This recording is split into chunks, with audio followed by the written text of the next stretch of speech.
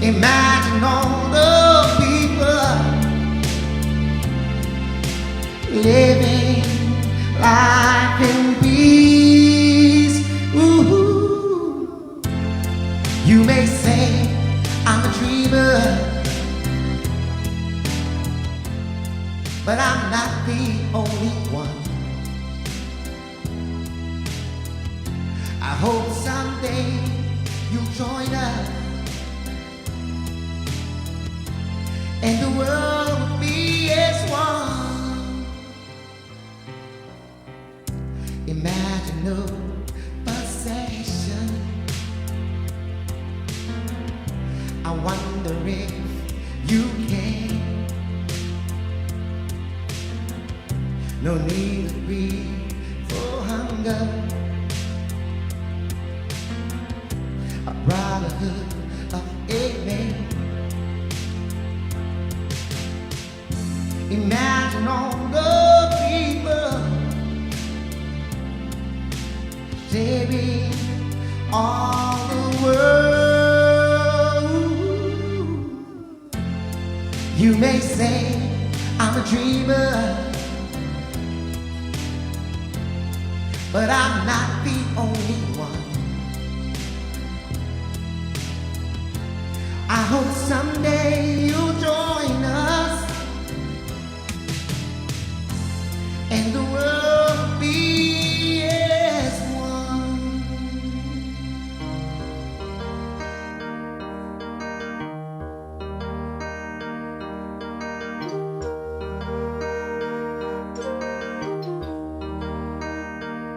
If the rebel in me can touch a rebel in you, and the rebel in you can touch a rebel in me, and the rebel we be is gonna set us free.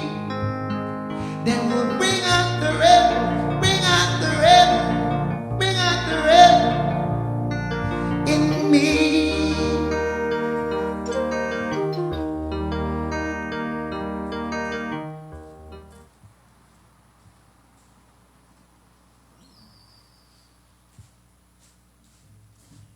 Well, thank you very, very, very, very much. I know the first two songs, one by Johnny Nash, Many Rivers to Cross, and then the other by John Lennon, Imagine, were two of Sylvia Louise's favorite songs. Really brings her back to me. Really, really brings her back to me. We'd like to open the formal part of this ceremony, the commencement of this ceremony, with an opening musical dedication, I Look to You, by Whitney Houston, and it's sung by Angeline Lemos. Angie?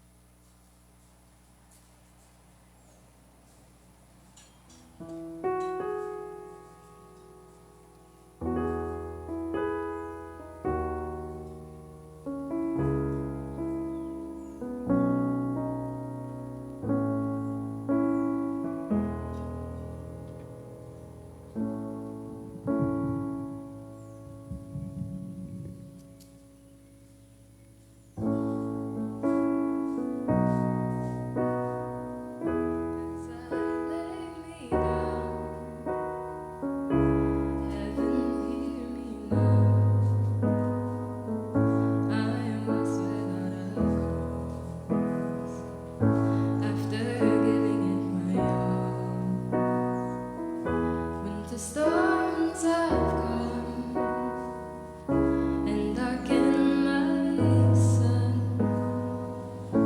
After all that I've been,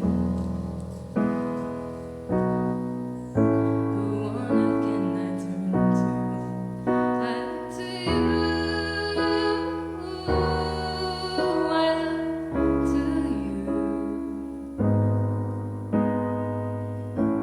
After all my strength is gone, you I can be strong. I look to you.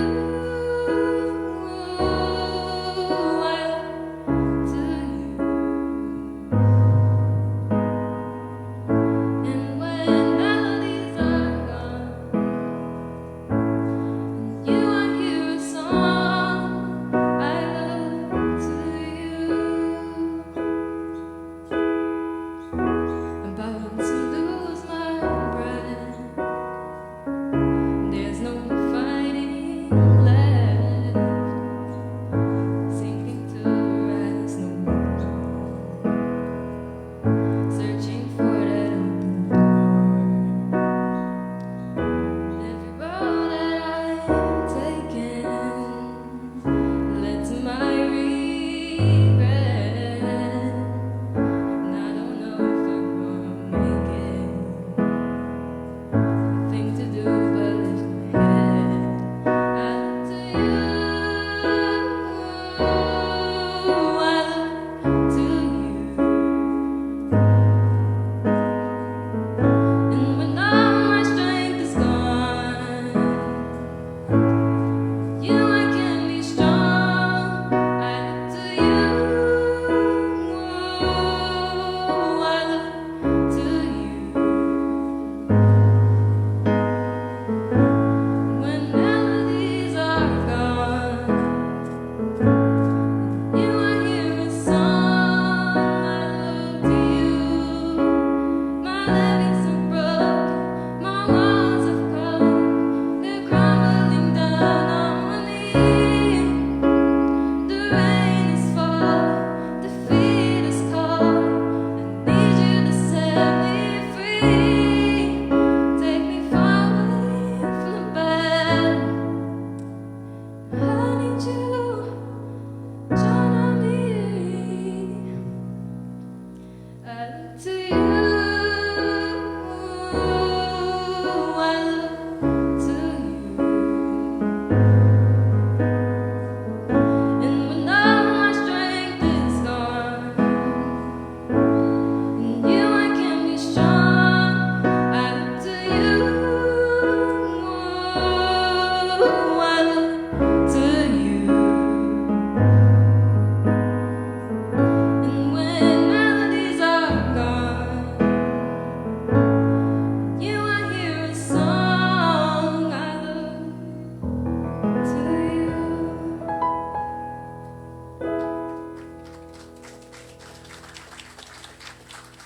Thank you.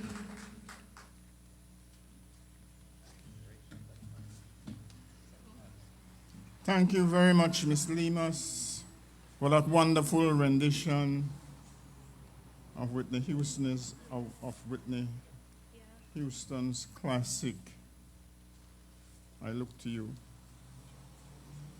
Good morning, distinguished guests, members of the Cattouse family, faculty, and staff of Galen University, current and former student representatives of the business community, members of Rotary, leaders from the NGO sector, friends, colleagues, and all who have gathered here today. On behalf of our provost, I'd like to welcome you.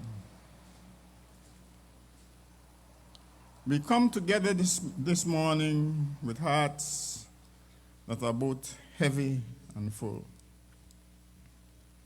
Heavy because we have lost someone who occupied a unique place in our lives. and in our nation. Full because when we think about Sylvia Louise Cattouse, or Dr. Sylvia Louise Cattouse, we cannot help but be filled with gratitude, ambition, and more than a few wonderful memories. Today is not simply a memorial service. Today is a celebration of a life extraordinarily well lived. A life that touched classrooms, boardrooms, service clubs, community organizations, political circles, and countless homes throughout Belize. A life that in many ways have shaped modern Belize. Now, if Dr. Cattouse was here this morning, and for people like me and many others, for many of us,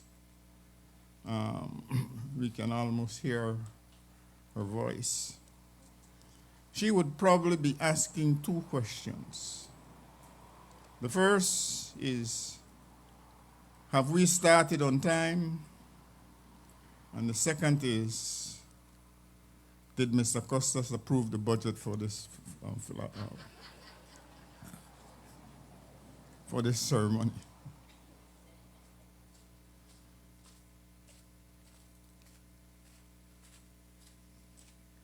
For this ceremony.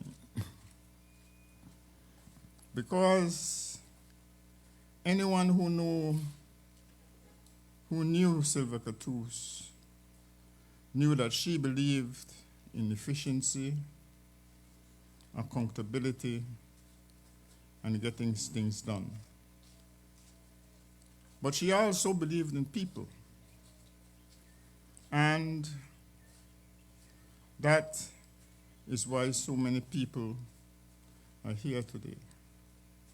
Not because of a title, not because of a position, not because she was a dean, at one point a department head, a lecturer, a political advisor, a business leader, a Rotarian, or a foundation president.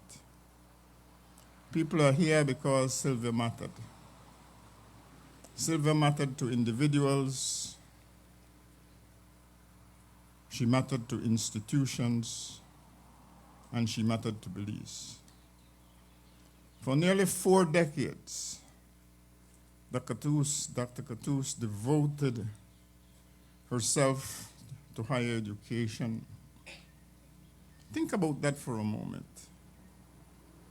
For almost 40 years, students entered classrooms not knowing that they were about to meet someone who would challenge them, inspire them, and sometimes even terrify them a little.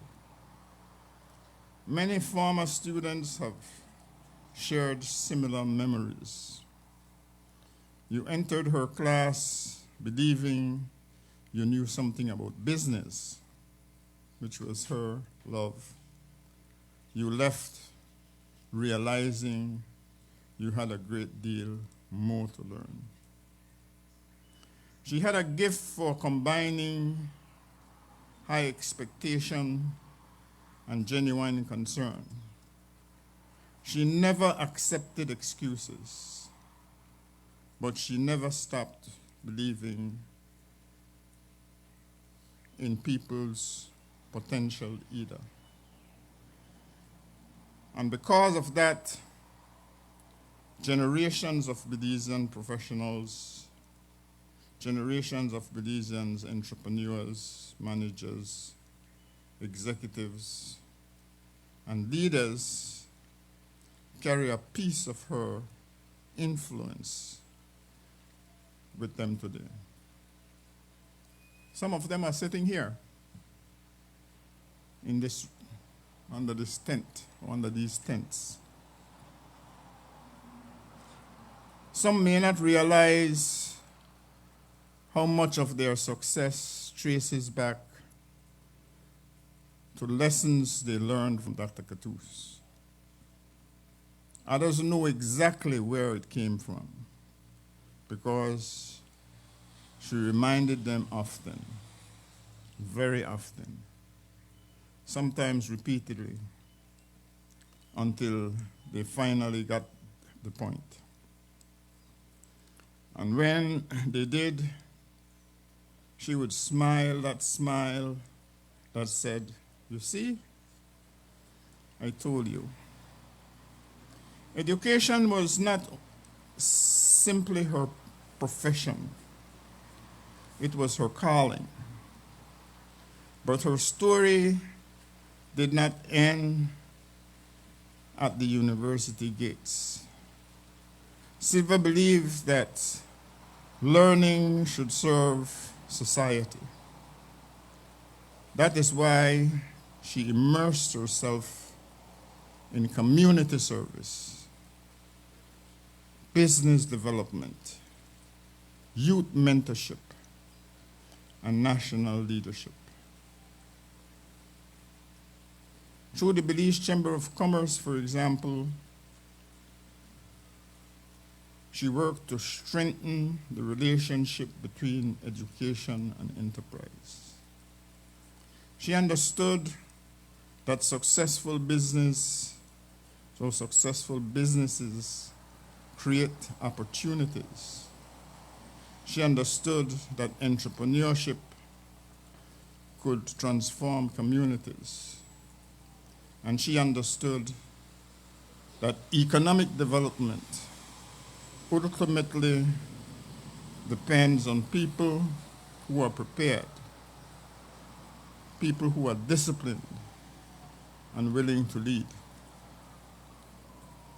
Through Rotary, she found another avenue for service.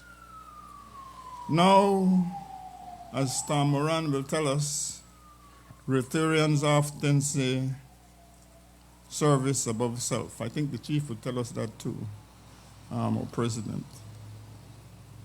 If there was ever a person who embodied those words, it was Sylvia Cattouse.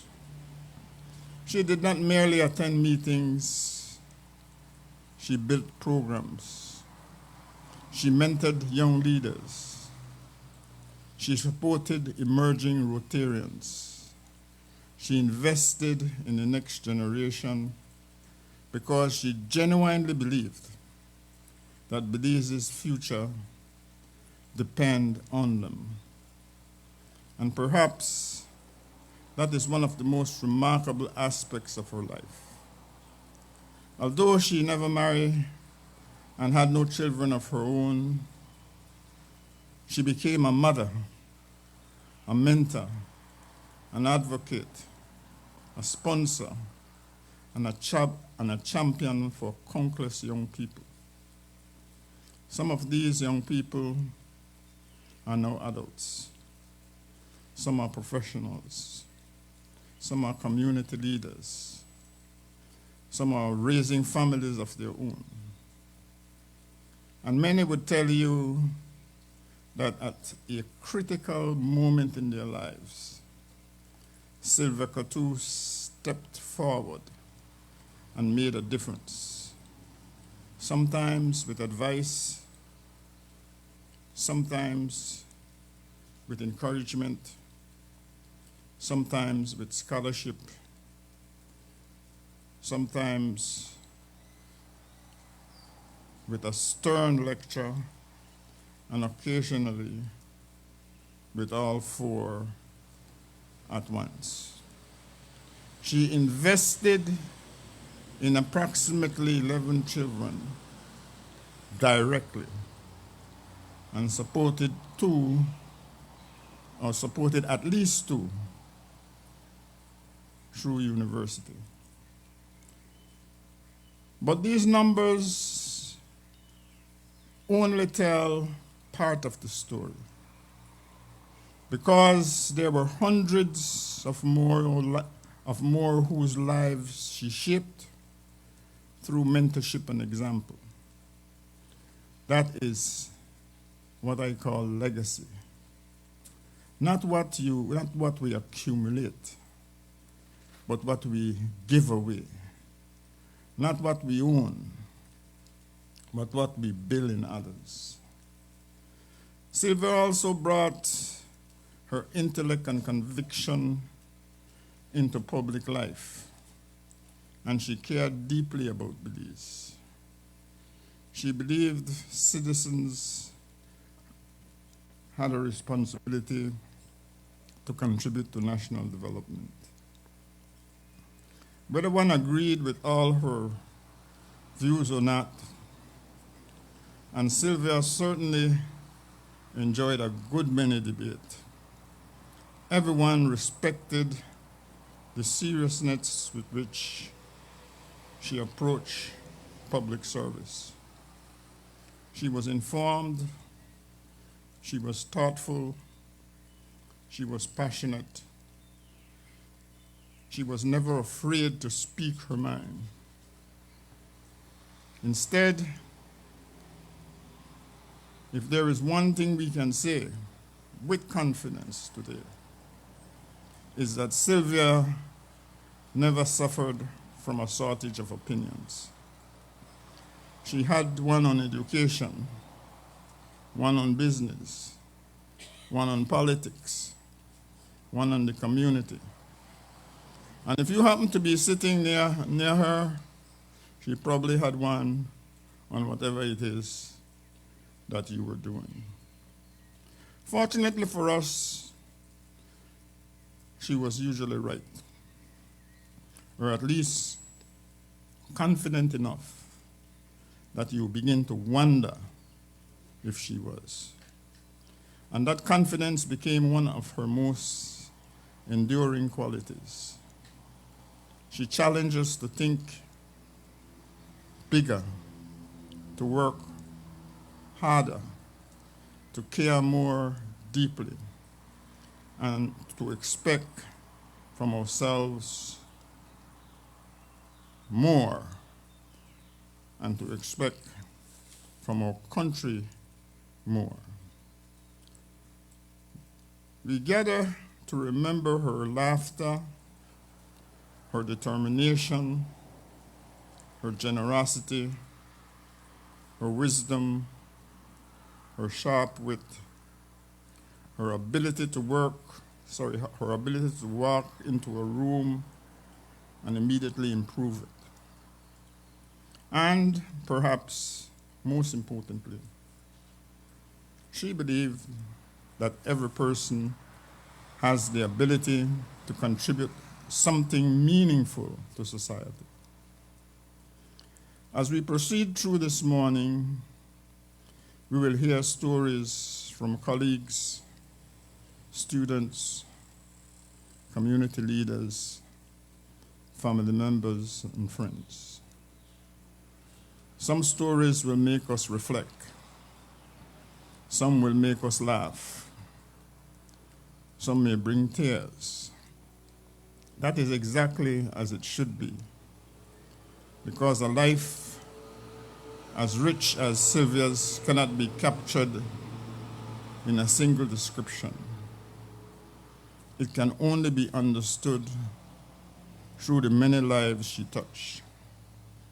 And today, let us celebrate her fully. Let us laugh without guilt. Let us remember without sadness alone. Let us honor her not only by mourning her absence, but by appreciating the extraordinary gift that her presence was. Dr. Sylvia Cattouse taught us that education matters, that service matters, that leadership matters, that people matters, and that one committed individual can change far more lives than they will ever know. For that, we thank her. For that, we celebrate her. And for that, we remember her. May this morning be worthy of her remarkable life. Thank you very much.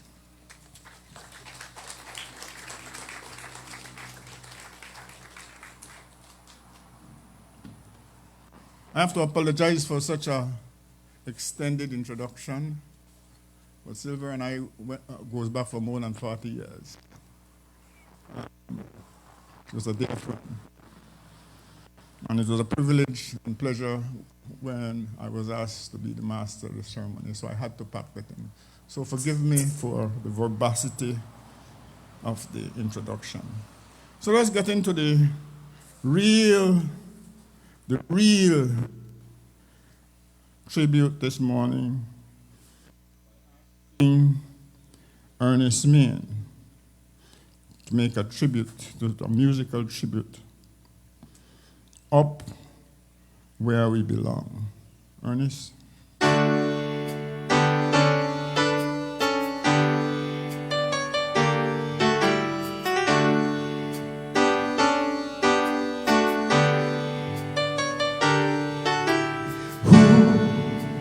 Knows what tomorrow brings in a world few hearts survive.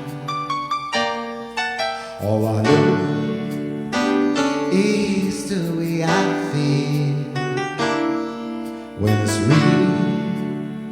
I keep it alive. The road is long. There are mountains in our way, but we climb a step every day. Love lift us up where we belong, where the eagles cry on a mountain high. Love lift us up where we belong, far from below, up where the clear winds blow.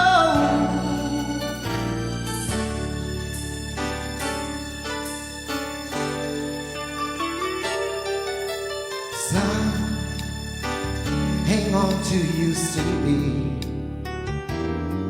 with their lives looking behind.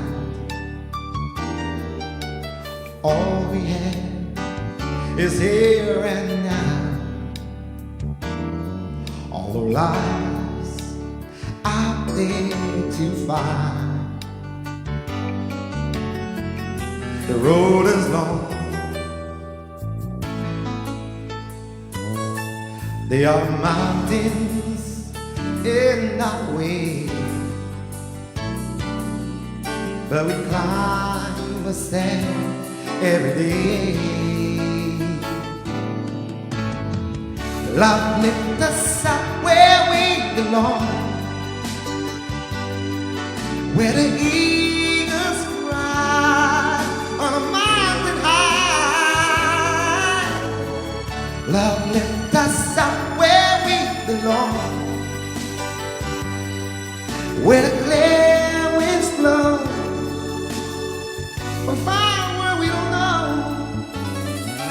time goes by, no time to cry. Life's you and I alive. Love lift us up where we belong, where the eagles fly on a mountain high. Love lift us up where we belong.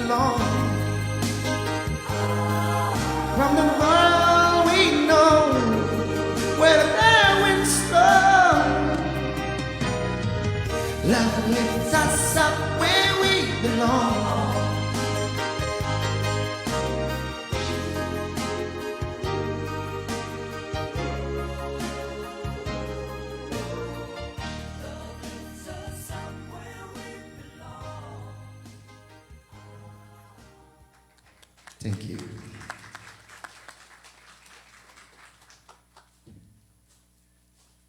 Thank you very, very much, Ernest. Wonderful tune.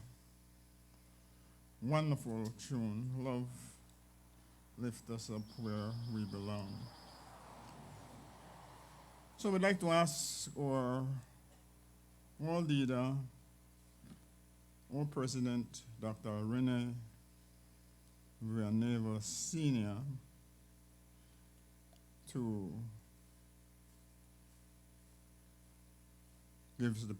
give the president's reflection on Sylvia's passing.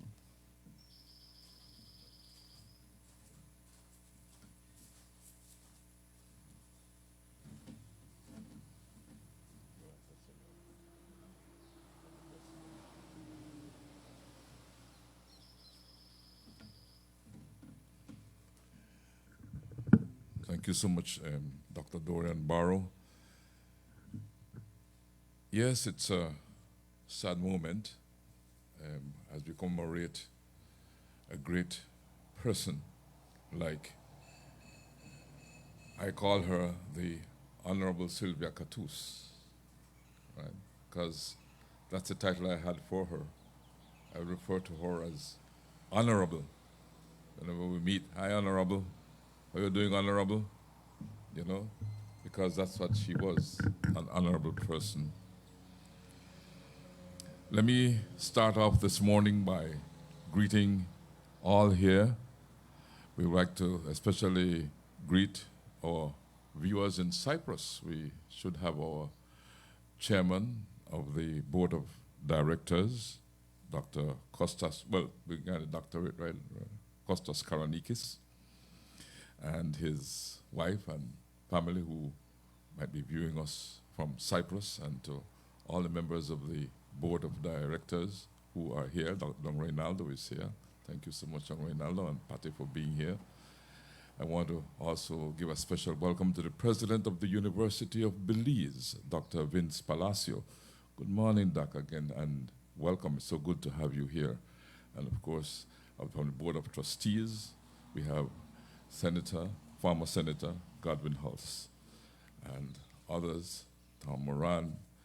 Well, let me stop mentioning names in case I forget somebody and they say I never call my name.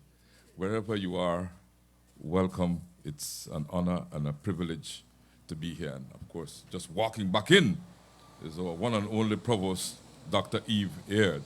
Now, she deserves a round of applause, because she holds it together. She holds all of us together, right? So, Dr. Eve, thank you. Now, I find it a bit difficult sometimes to talk about a person like Honorable Sylvia Cattouse, right? Because I first met her way back in early 1985. At that time, I was serving as Chief Broadcasting Officer at the Broadcasting Department of the Government of Belize. From I met her, she struck me as a lady of great integrity and a consummate professional that believed in fairness and blended it with an upright and principled behavior. And there were times, as she moved on and I moved on, when our paths would cross throughout the years. And one of these, that I always recall and always grateful for, is when she, along with the students from the University of Belize, conducted the first ever media survey in Belize. She visited me at Love FM's office on Freetown Road to share the exciting findings that Love FM had over 51% of listeners in areas it covered. The other 49 was shared by our Stereo More, the government's 2 radio stations, and 3 or 4 other private radio stations operating in Belize at the same time.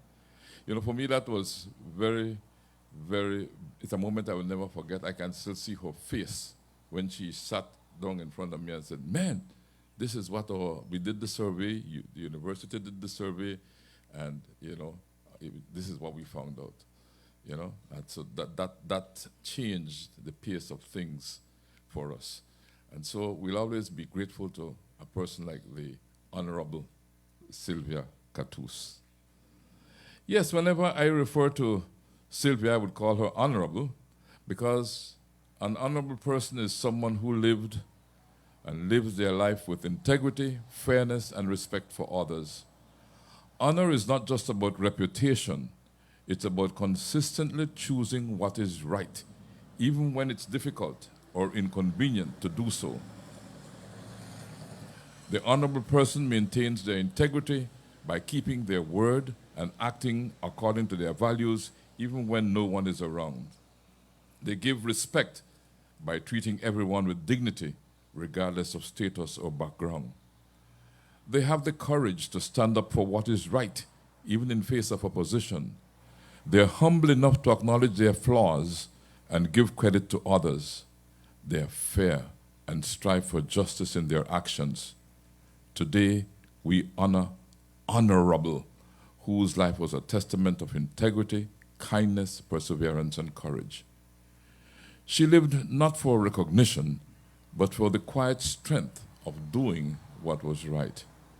For her greatness was found in service, and her compassion touched everyone. And although her voice is silent now, she will continue to speak on through the lives of the many people she taught or came in contact with. As president of Galen University, I was pleased to present her with the President's Award for Excellence last year. The award is based on the fact that the quality of our life is in direct proportion to our commitment to excellence. But we must remember that excellence is not a gift, but a skill that takes practice. It is a core value that focuses on achieving the highest possible standards of performance and quality. Excellence distinguishes the ordinary from the extraordinary, the possible from the impossible. Embracing excellence leads to true fulfillment, which does not come from being perfect, but from embracing who we are, including our flaws, and doing all we can to become a better version of ourselves. As we journey through life, we learn and adopt habits that allows us to reveal our excellence and do our part in instilling the spirit of excellence in those we come in contact with. So, the quote by Aristotle, which guides the presentation of this award, is, "We are what we repeatedly do." Excellence, then, is not an act, but a habit. And that's a guiding light. And as we all knew, for Sylvia, excellence is not an act. It was not an act. It was a habit she had. She was excellent in what she did. At that time, our provost, Dr. Eve, described Sylvia, Honorable Sylvia, as follows. She says, "I think she's one of the most emphatic persons that I know, a professional who leads from behind, a totally committed eagle who will go all out to support her team, not only the team within the faculty, but all of Galen University. She's a people's builder, someone who gently encourages and nurtures other younger professionals, whether they are her students or her colleagues. She finds opportunities for their development and will guide and mold them on the right path. And sometimes when her protege is not listening to her guidance, she gives them a great big push, as she did to me, to ensure I went back to complete my doctoral program." A very close friend of Sylvia, who also excelled, said, quote, "I would never have been emboldened to take up the challenge to complete a mixed modality doctoral program had it not been for her." In education, the only way she knew how was giving it her all. And apart from teaching, her strength is in management and administration, envisioning to seeing the problem before it arises. She'll be the first to say, "I'm sorry," if she thinks in some way you have offended her. Honorable Dr. Sylvia Cattouse has contributed to the development of Belize as a business and management professional, also as a zealous and tireless volunteer and a lifelong proponent of gender equality.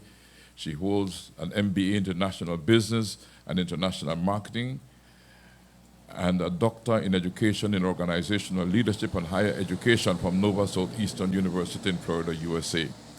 And I know we'll be hearing more about her professional qualifications as the day moves on. She has been appointed to numerous terms to the National Women's Commission, NWC, an advisory body to the government of Belize for the improvement of the lives of women and girls. And during her tenure, the NWC developed the National Gender-Based Violence Action Plan and the National Gender Policy. In December 2021, she was appointed to Belize's National Trade Negotiating Commission. You know, Honorable, as I call her, because I don't usually call her by name. I say, hi, Honorable, right? Honorable was passionate about volunteerism and has served, as we said, on numerous boards.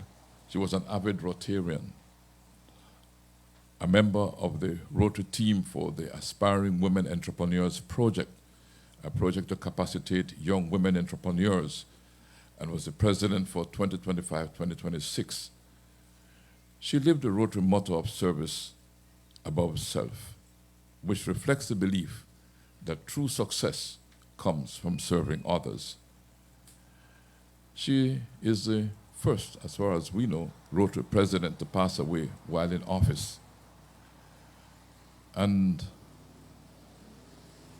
I must say that I feel it not only as president of Galen University, but as a past president of the Rotary Club of Belize myself, and a past district governor of the Rotary District 4250. As I stand here, I can recall her talking with me about her presidency and telling me that although I had been missing meetings, I must commit myself to be present at the transfer of the presidency this month in June by conducting the handing over ceremony. And I, of course, agreed. So sorry, she's not here for that. But I'm sure she'll be with us in spirit. But I did agree with her that I would conduct that handing over ceremony as a past district governor. Well, it is what it is. As the Dean of the Faculty of Business and Entrepreneurship at Galen University, Honorable Sylvia has worked consistently to develop the faculty by improving the quality and relevance of the programs and developing a variety of continuing professional development courses and programs, introducing a certificate in accounting program, and reintroducing a revitalized bachelor's in science for hospitality and tourism management. She wholeheartedly supported every university event. She was a consummate professional. She embraced what it means to be an eagle, focused, visionary, strong, rising above the storms of life. She was loyal, and for her, excellence was not an act, but a habit. Yes, an honorable soul has passed, yet her light will ever last. In deeds of kindness, courage, and grace, we'll see her spirit's shining face. Her word was truth, her heart was pure, her legacy will long endure. Through those silence falls where she once stood, her memory guides us toward the good. So let us live as she has shown, with honor deep in every tone. For though her journey now is done, her noble spirit carries on. At Galen, we grieve the passing of the Honorable Sylvia Cattouse. We find comfort in knowing that her spirit lives on. So we honor her memory, not only in words today, but in actions tomorrow, by living the same integrity, kindness, and courage that defined her life. May her legacy continue to inspire us, and may we carry forward the light of her honor in all we do. Well done, Honorable. Rest in peace.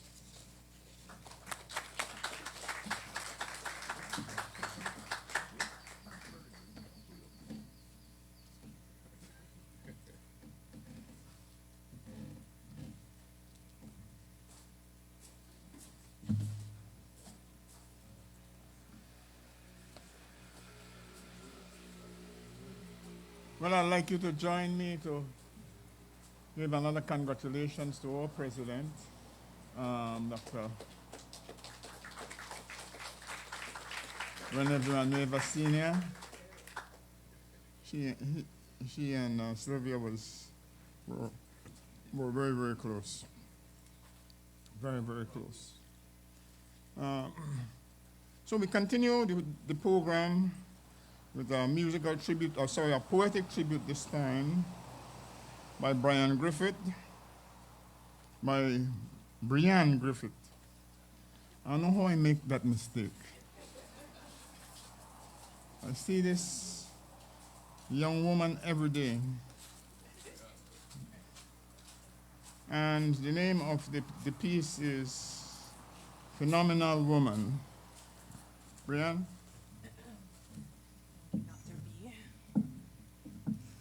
Good morning. Today we honor a woman whose quiet strength, boundless energy, and devotion to service touched countless lives.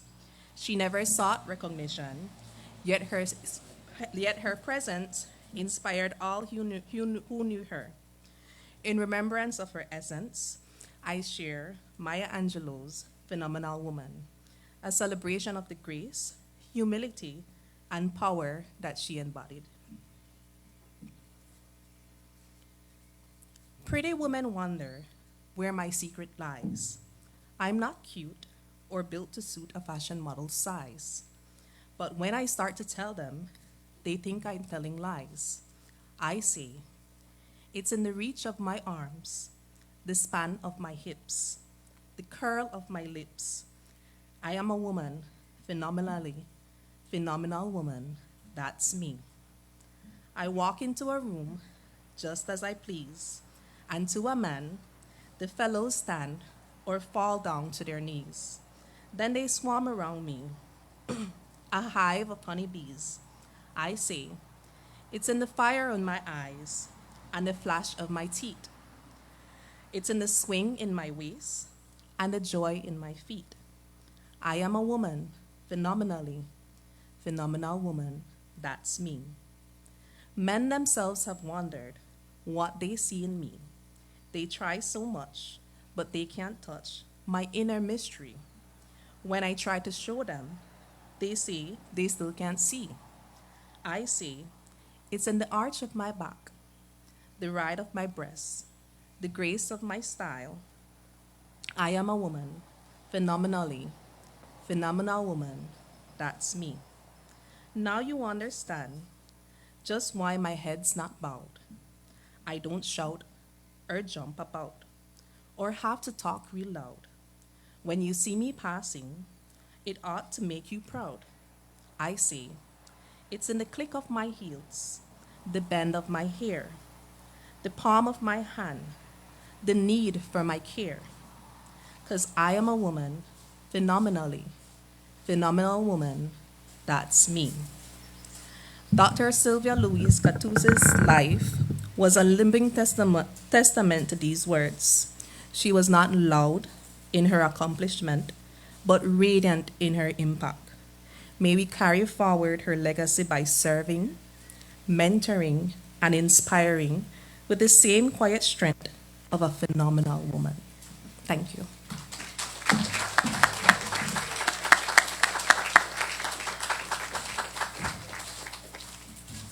That was wonderfully done, wonderfully done. You have only been exceeded by Angela herself when she does it. So, it's a wonderful piece. And to move the ceremony along, we'd like to ask the president of the University of Belize, Dr. Vincent Roy Palacio, to give his remarks. I call him Vincent Roy because that's what Sylvia called him, Vincent Roy. That's what we know him as. Vincent.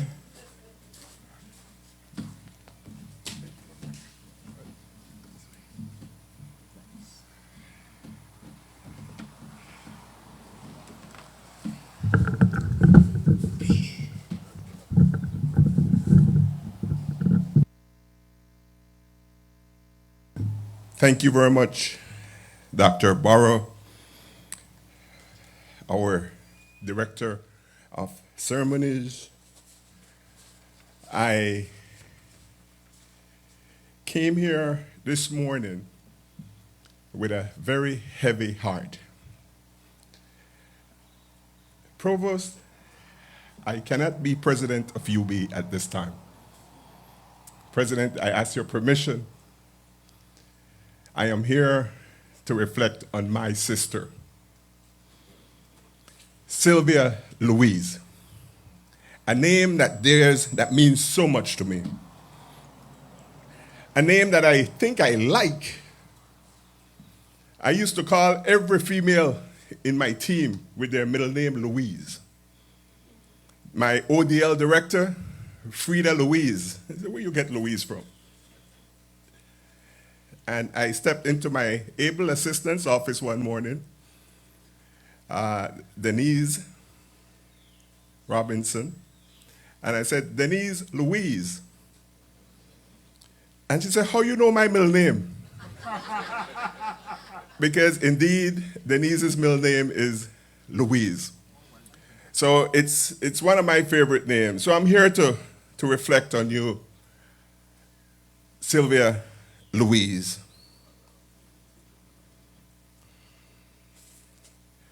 I must beg your forgiveness to pardon me. I have one regret. A month and a half ago, I traveled to Taiwan on official business. And on my way back, I overnight in LA.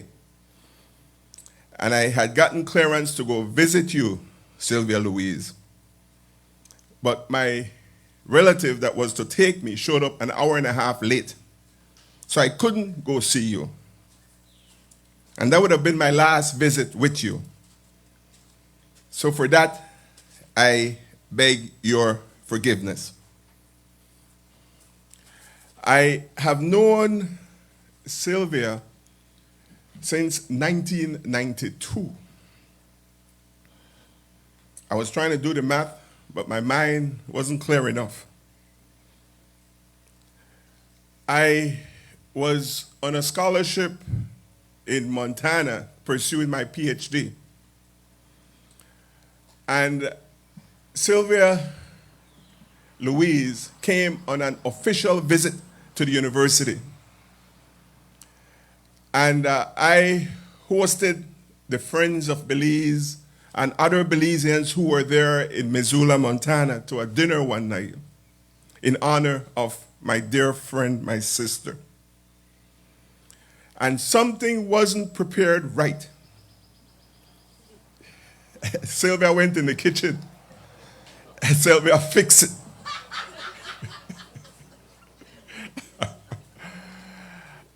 And I tried to give her credit to my guests. And she refused. She said, that is Vincent's preparation, which I gladly accepted. Again, you said it right, Dr. Barrow. I was her Vincent Roy. Those of you who don't know, Roy is my middle name. And I guess we have to refer to each other by our full names, Sylvia Louise, Vincent Roy. And I believe because of Sylvia, now even Eve refers to me as Vincent Roy. Everybody around here? Dorian Fall. You taught me a lot on how to be a leader, Sylvia. On that same trip to Montana, the scholarship program rented me a 3-bedroom house, so when visitors from the University of Belize, UCB at the time, would come to visit, they could stay in the house as well. But Sylvia advised the scholarship people, no, she will not stay at the house. Vincent Roy is single, and she cannot be in the same house spending the night with a single man. Lesson learned. Lesson learned. A few years later, it's coming out. we went on a training course, a 1-week training course in Trinidad. And it was Sylvia and I representing UCB at the time. And Sylvia had 2 huge suitcases for this 1-week trip. And of course, being the gentleman that I am, I had to carry her suitcases as well as mine. So at one point I asked her, Sylvia, why you bring all these things? She said, my brother, you will learn some things when you get married.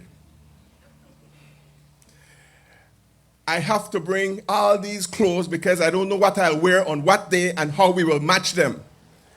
Another lesson for me. Another lesson. We shared quite a bit in common. Sylvia and my wife share birthdays on the 9th of October. So every year, I couldn't forget. I would have to check on her birthday, and she, in return, would check on my wife. And the relationship we garnered was around family. Sylvia adopted my 2 sons as well. They're on the list of nephews. At the 5th birthday of the older, she gifted him a comforter, a Spider-Man comforter, a blue comforter. I remember it well because we have changed residences at least 4 times. And at every move, I tried to give it away. And my wife would snatch it back. So that blue comforter is still at the house. And my wife said, Ares' child will use that comforter from their Aunt Sylvia. And that's an old comforter. That's the Sylvia I know. That's the Sylvia I choose to talk about this morning. A couple times she met my wife at a particular clothing store in Belize City. Those of you who know her well would probably know the name of that particular store. Somebody say Wagons? My goodness. And so she learned my wife's size, foot size, and everything, and her color preference. And many Saturdays, she would just drop a bag at the house. They got a new stock in, and I saw these, and these match you, so these are yours. That's the Sylvia we know. That's the Sylvia Louise that I want to talk about this morning. The one who cares, the one who loves, the one who is particular about how she appears and professionalism. You can easily sneak around Sylvia because when she comes, you will hear. She walks that high heel like with a passion. So you will hear her coming. That's the Sylvia I grew to love. That's the Sylvia that is my sister, the one that refers to me as Vincent Roy. On her last days, I was in close touch with Denise, my assistant,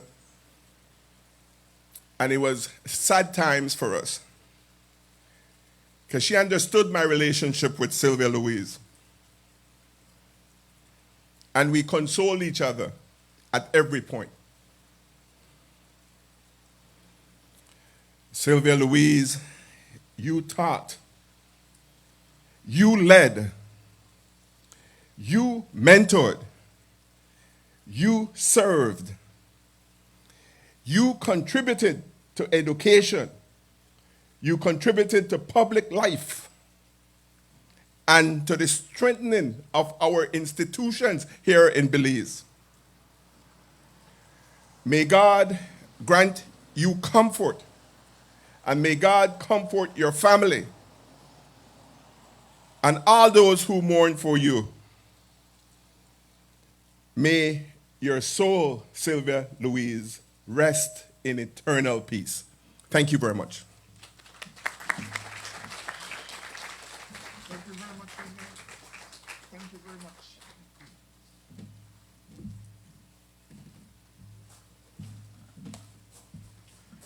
The university circle in Belize is very small, very, very, very small. Sometimes you don't know where you are, if you are there or you're here. Same prayers, same significant others. Want to reassure us that we are here today at Galen, at our Central Farm campus. We'd like to call on our leader, Dr. Cynthia Eve Eard, our provost, to give an eulogy.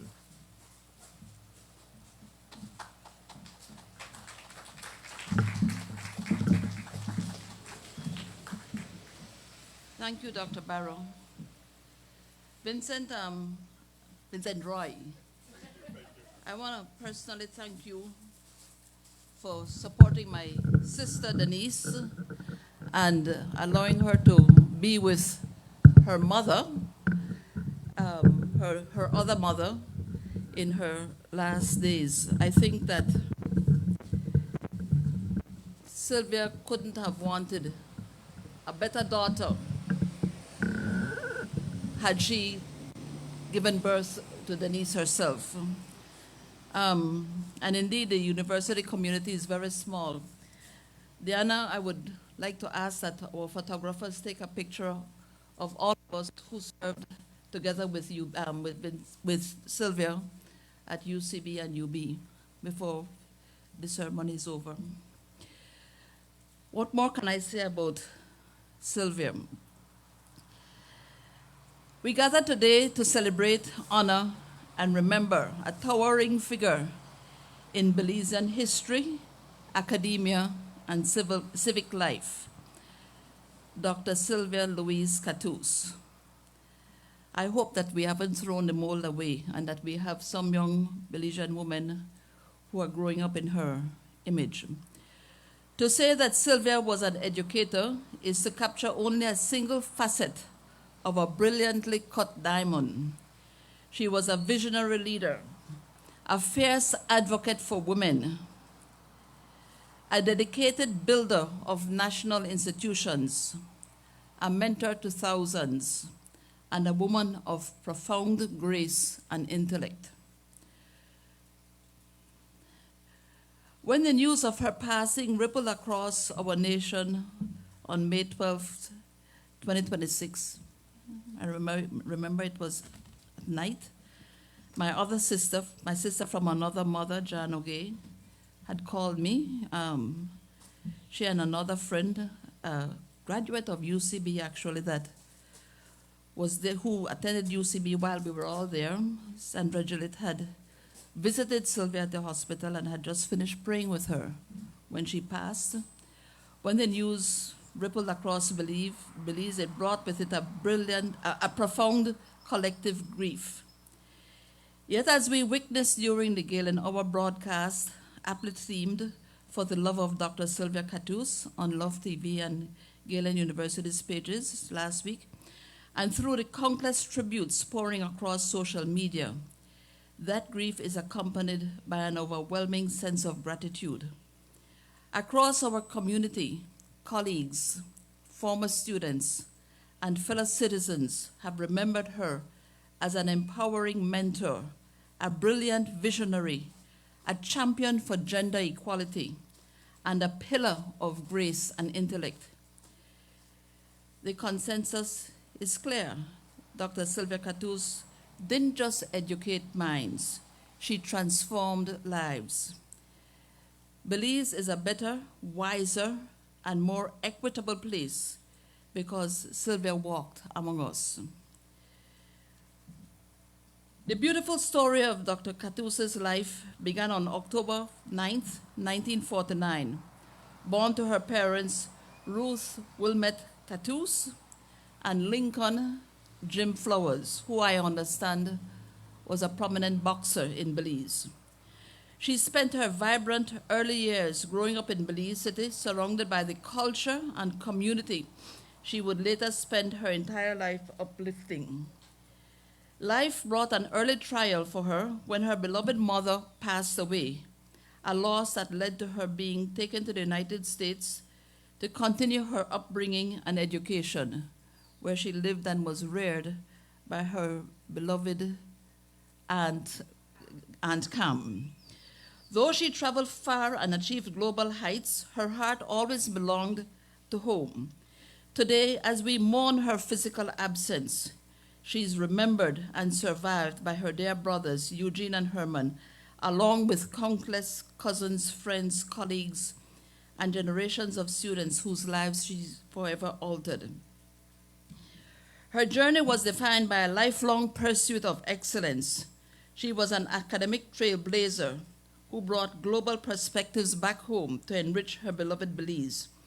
Armed with a Master of Business Administration in International Business and International Marketing from the prestigious University of California at Los Angeles, and later her doctorate in Organizational Leadership and Higher Education from Nova Southeastern University, she possessed a rare blend of business acumen and academic foresight. What strikes me, and I just remembered this while Vince was and others were speaking earlier this morning, Sylvia pushed people like myself to go and do our, and almost forced me to go back to finish mine while being denied the opportunity herself to go and do a PhD a few years earlier at UCB. That's just a tremendous, loving person. For more than 2 decades, she poured her immense knowledge into the minds of future leaders, from the lecture halls of UWI's, CAFL, and Open New campuses, to her monumental contributions at the University of Belize and its predecessor, the University College of Belize, and finally as the beloved Dean of the Faculty of Business and Entrepreneurship at Galen. Dr. Cattouse was a guiding light. At UB, she wore many hats with effortless capability, serving as Dean of Enterprise Development, Dean of Administration. She was the Dean of Administration at UCB, Interim Vice President of Finance, and Chair of the Faculty of Management and Social Sciences. To her students, she wasn't just a lecturer. She was a transformative force. She expected excellence because she saw the potential in everyone who sat in her classroom. She taught them to look beyond the horizon, to innovate, and to lead with integrity. Dr. Cattouse's brilliance was never confined to the so-called ivory tower of academia. She deeply understood that education must serve national progress, something that I share passionately with her. She was a foundational architect of Belize's economic landscape, serving as the founding director of the Belize Export and Trade Investment Promotion Unit, the very predecessor to what we now know today as Beltrade.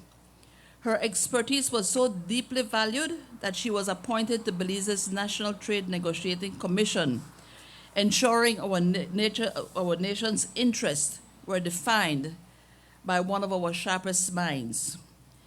Yet perhaps some of her most enduring footprints are found in her tireless advocacy for women and vulnerable communities. Serving multiple terms on the National Women's Commission, Dr. Sylvia helped shape the National Gender Policy and the National Gender-Based Violence Action Plan.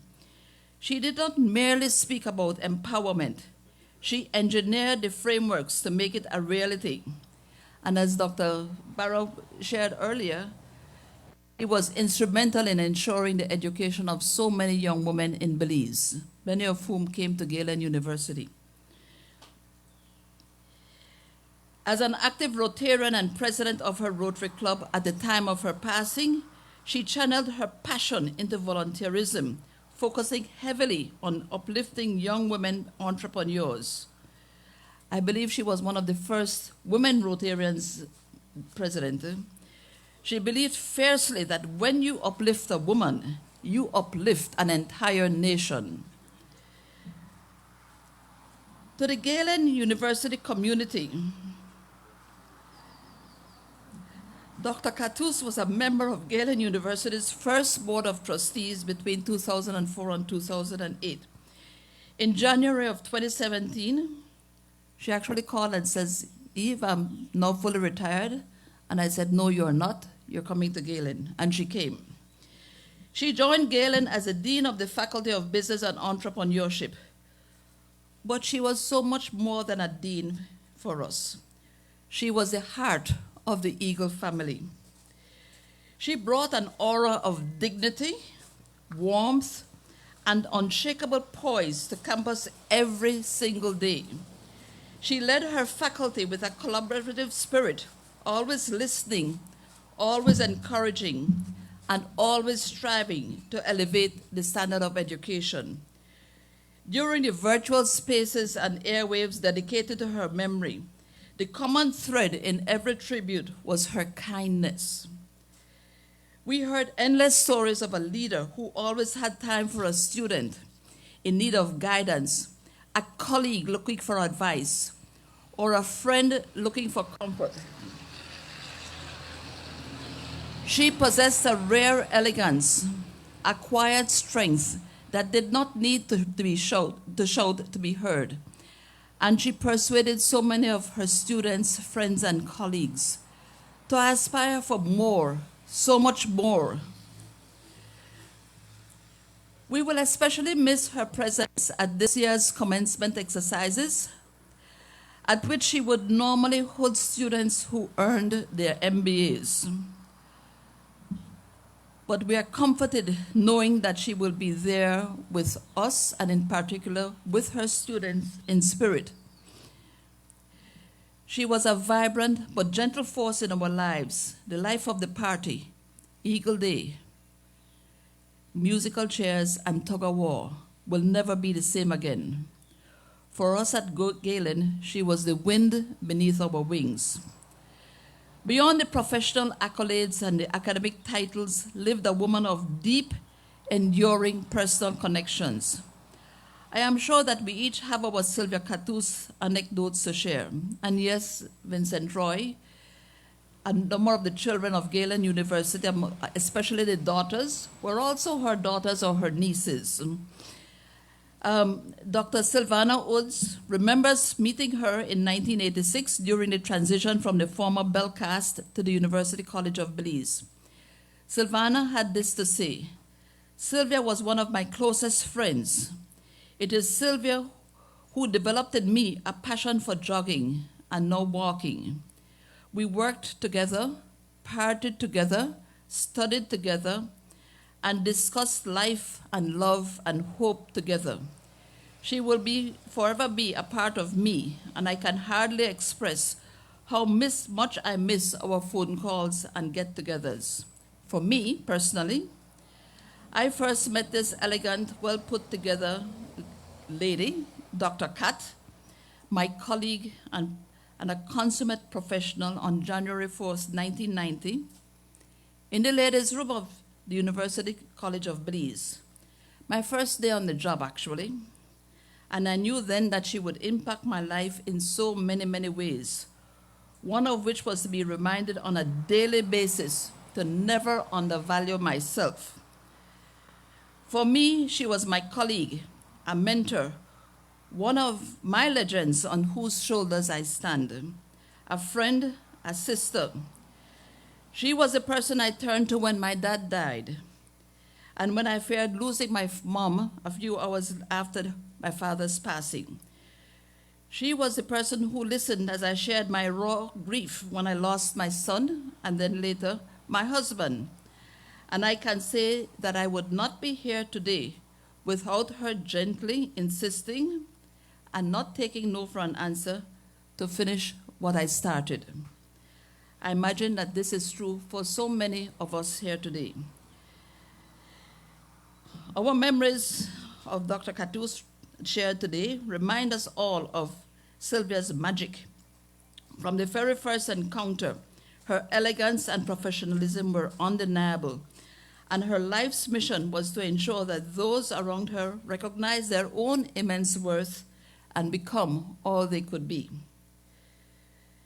Dr. Sylvia Louise Cattouse has completed her earthly course, but the seeds she planted will continue to harvest for generations to come.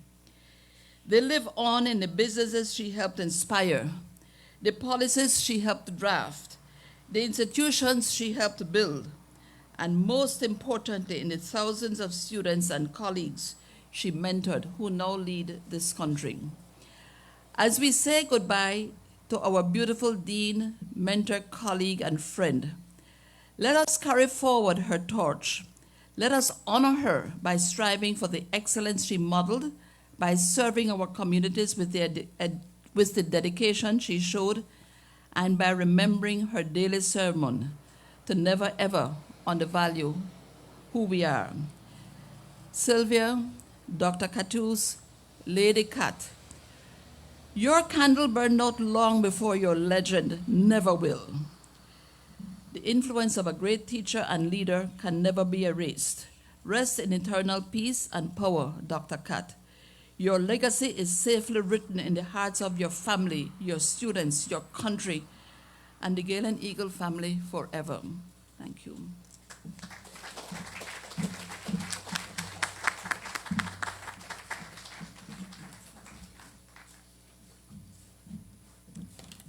Thank you very much, Provost. And we'd like to now do a visual on Dr. Cattouse's life with some music accompanying it. Some of the images that we have captured while she was here at Galen or there participating in the community or recruiting students. Pass it over to you, sir.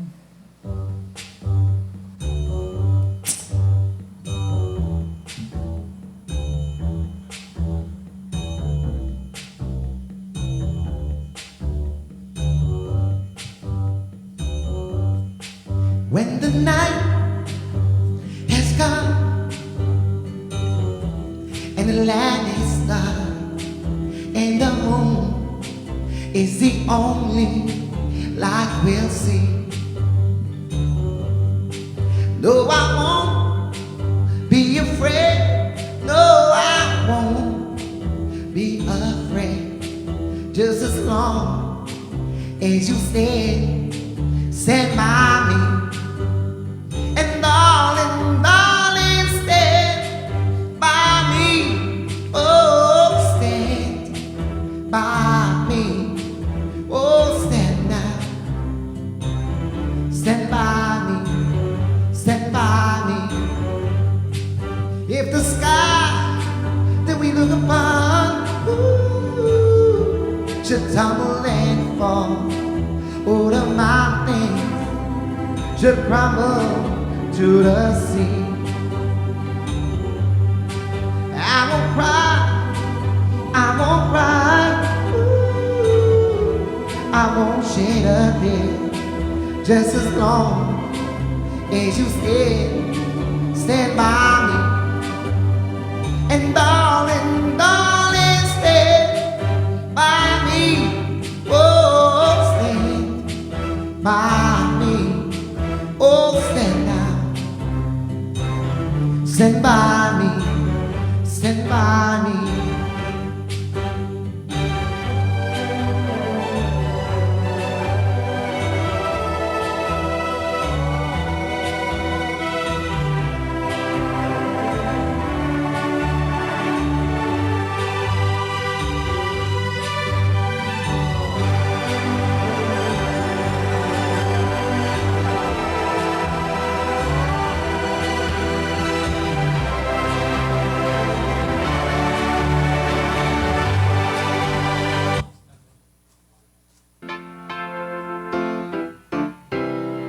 Y'all could join in this one here.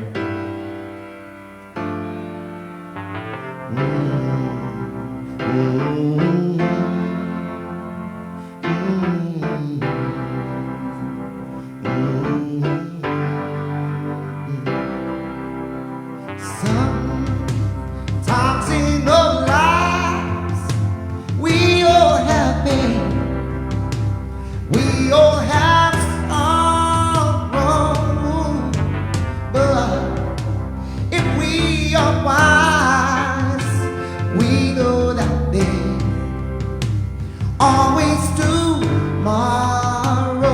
Lean on me when you're I'll be your friend. I'll help you carry on, for it won't be long till I'm gonna need somebody to lean on. Please follow your pride, and I have tears. You need to borrow, for no one can bear those of your needs that you won't let show. Just call me brother, and you need a hand. We all need somebody to lean on. I just might have a problem that you'll understand. We all need somebody to lean on. Lean on me when you're not strong, and I'll be your friend. I'll help you carry on, for it won't be long till I'm gonna need somebody to lean on. Just call on me, brother, when you need a hand. We all need somebody to lean on. I might just have a problem that you'll understand. We all need somebody to lean on. Yeah, there is a load you have to bear that you can carry. I'm right up the road, and I'll share your love if you just call me. If you need a friend, call me. I'm me a Galen, call me. Ooh yeah, call me.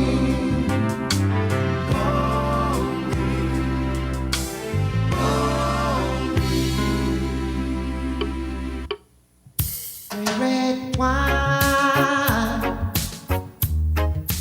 goes through my head,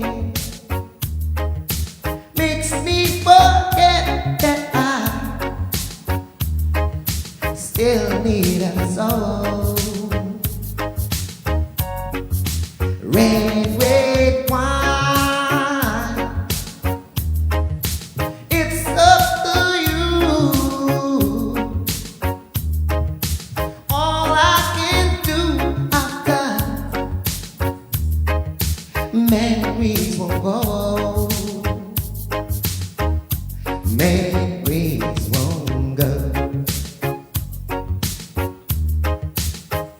I have songs that with time, thoughts of you leave my head.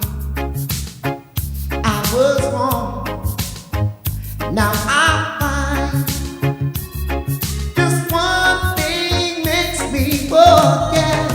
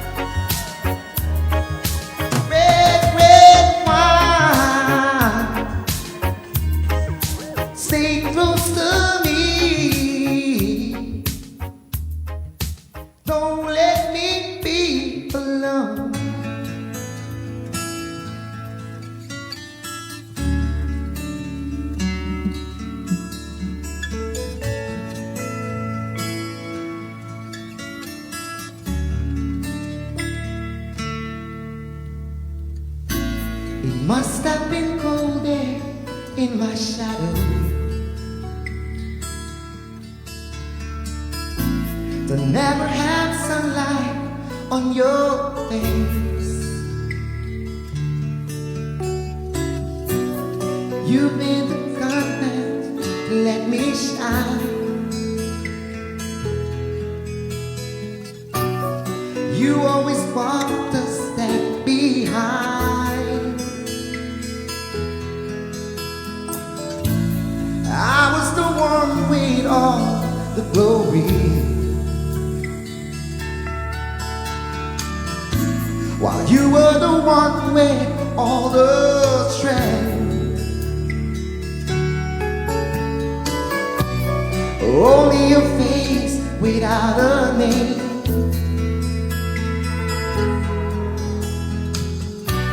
I never once heard you complain.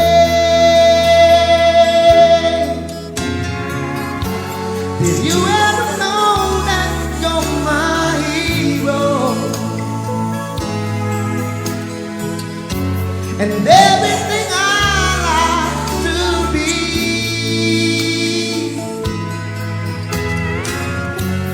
I can fly higher than an eagle.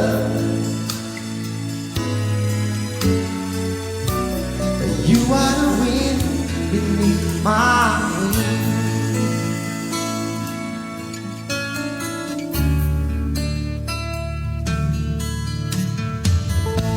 It might have appeared to be unnoticed, but I got over here in my heart. I want you to know the truth. I do. I would be nothing without you.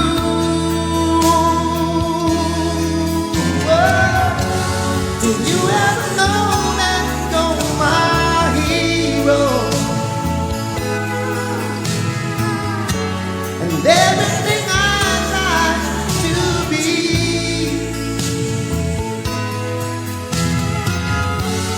I can fly higher than an eagle,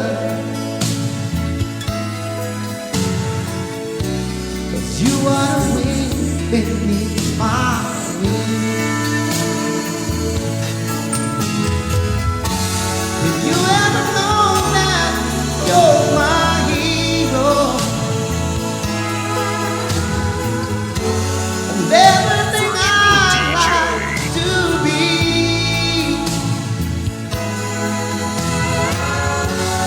I can fly higher than an eagle, 'cause you are the wind beneath my wings. You are the wind beneath my wings.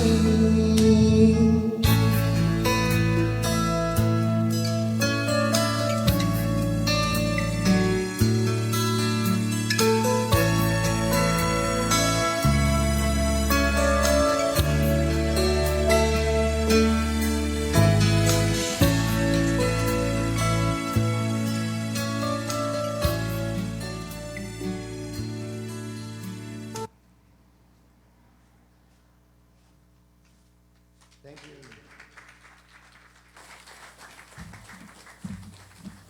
Well, I don't know how you do it, Ernest, but you do it well. Thank you very, very, very, very much. We'd like now to proceed with the section of the ceremony that deals with individual reflections. And we want to hear from some select people to do that, representing various units of the university and of the community that Dr. Cattouse functioned in.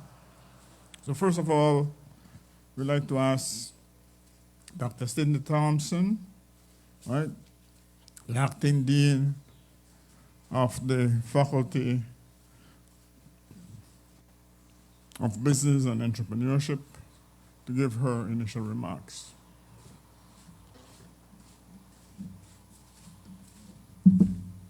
Thank you, Dr. Barrow. Good morning, everyone. My memory of Dr. Cattouse and our faculty, they are all positive ones. She was more than a professional and a leader. She was a mentor, a source of encouragement, and an inspiration to countless individuals. And I could attest to this, that she really likes our faculty. I was supposed to take over her position in March because she was not doing well. And I told her, I asked her about the internship program and the MBA and MECOM program, and what I'm going to do to keep the program going. And then she's like, don't worry about that. I am coming back summer and I'm going to continue with that program. She really loved her students. And whenever I would talk to her over the phone and ask her how she's doing, she's so bright, she's so alive. And then out of nowhere, she's like, I have a pain, I have to go. And I'm like, are you okay, Dr. Cattouse? She's like, yes, I am. Don't worry, Cindy, it is not life-threatening. And that word stay with me because I'm like, she's coming back and she's going to be there for us. She approached every challenge with grace and every opportunity with a desire to make a positive difference.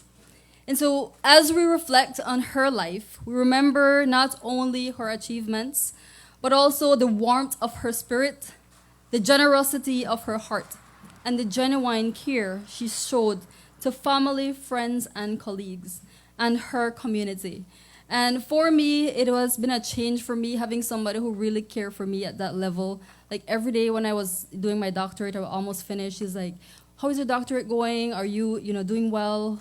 And I would, pick her up sometime from Belmopan to bring her to campus, and she would, always ask me about, how I'm doing, how work, how's your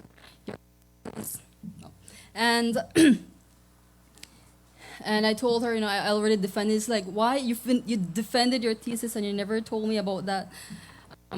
But she cared about me when I was supposed to. When I got accepted to be a speaker at a conference in Dubai, she cared about me. She asked everybody to help me. When I was accepted to present at a conference in Macau, China, she really cared and shared it with everyone. She cared about us caring for other people. For me, I became a taxis for some of my coworkers, like from Belmopan to here and here to Belmopan, and whenever there's conference, like that's how I got to know my coworkers, and because she introduced me to them and them to me. Her legacy lives on in the lives she influenced, the knowledge she shared, and the values she embodied. Though her presence is deeply missed, her memory continues to inspire us to serve with purpose, to lead with compassion, and to live with dignity. And may we honor her by carrying forward the principles she cherished and the example she set.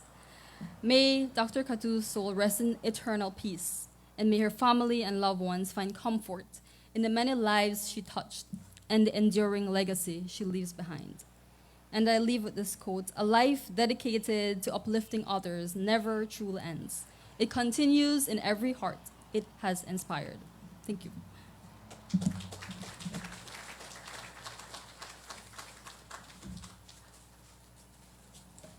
Thank you very, very, very much, Dr. Sidney Thompson. We'd like to ask now a very, very dear friend of Dr. Cattouse, Dr. Dorla Rosado, if she could give her remarks. Dr. Rosado.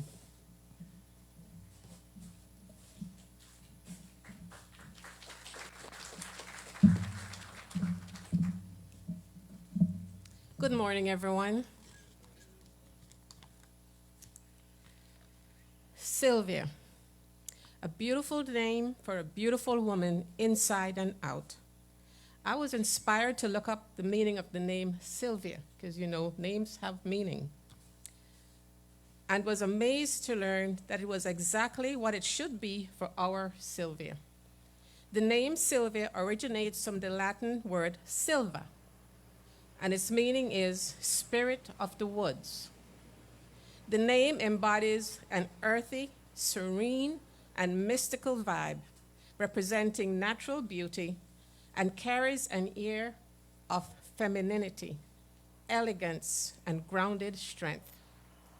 I am sure you will all agree that Sylvia truly embodied the meaning of her name. Sylvia loved life and lived it to its fullest with endless energy and enthusiasm, whether it was play or work. Whatever she chose to become involved in, she did so with all her heart. Sylvia fully understood volunteerism and embraced the invitation to be involved in the formation of ARF, the Ariel Foundation, without hesitation and lots of excitement. ARF turned 14 this year, and for 14 years, she volunteered her heart, time, and expertise to help ensure the success of the work of the foundation on behalf of many of our youths in need of an opportunity to pursue a high school or tertiary education. She was extremely committed to the development and success of the services and policies of the foundation, such as counseling, mentoring for students and parents, and outreach to schools to establish effective communication between ARF and schools countrywide. As a trustee of the board of directors, she was fully engaged in all decision-making, and her contributions were highly valued. Also, as friends, family, and colleagues know, she was someone who cared very much about others, and her empathy was especially evident as a member of the ARF Scholarship Selection Committee. And I will share a little story with you as an example. After the selections had been completed in our meeting based on criteria and on the number of scholarships, the guardian of the funds, and some of you may know who that was, had informed the committee was available. Sylvia would nonetheless make a little stack of applications she squirreled to one side. She would just take those and put those there. We'll look at those later, okay? Okay, Sylvia. She always managed to coerce the other members to help persuade the guardian of the funds to increase the budget just a little bit more to include her little stack. It almost always worked, even though the guardian was no pushover and said to her on one occasion, "Sylvia, you can't feel sorry for everybody." That went in here and out there. Her empathy and concern for the well-being and success of ARF students and on scholarships to Galen granted to the foundation, contributed to the successful completion of a number of students. Sylvia would take them under her wings. She showed academic performance and their mental and emotional well-being, and went the extra mile to ensure that their success through mentoring and whatever support she could provide to ensure their success.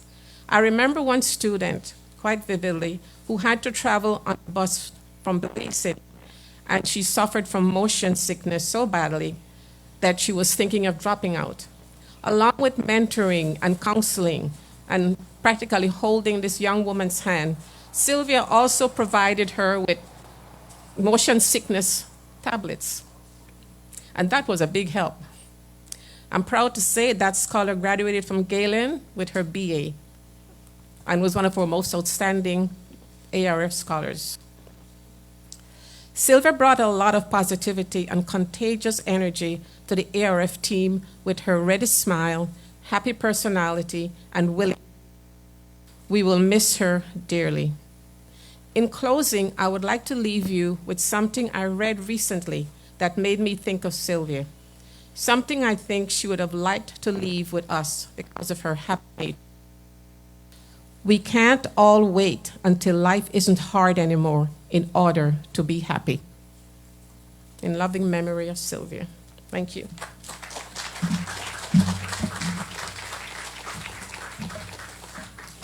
Thank you very, very, very much, Dr. Rosado, for that wonderful tribute to Dr. Cattouse.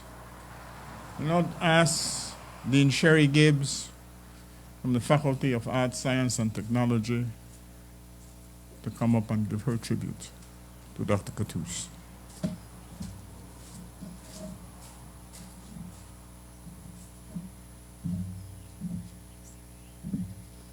Good morning, everyone. Thanks, Dr. Barrow. It is truly an honor to be up here to share a few words about Dr. Cattouse, a woman who believed in creating possibilities for others. I had the privilege of working alongside her as a fellow dean, and over the years I came to know not only her professional strengths, but also the qualities that made her such a valued member of our Galen family. Dr. Cattouse, as we've been hearing, had a larger-than-life presence, and you always knew when she was here on campus. I used to watch her get off the bus years ago when she first started here. She would get off the bus from Belize City, extremely well-dressed for the office. She was extremely professional and made sure that she was well representing. She had her bags and, of course, her high heels as she was getting off just some regular bus from Belize City. And I always wondered about what the people on the bus must have thought about this incredibly strong, confident woman who was traveling every day to get here.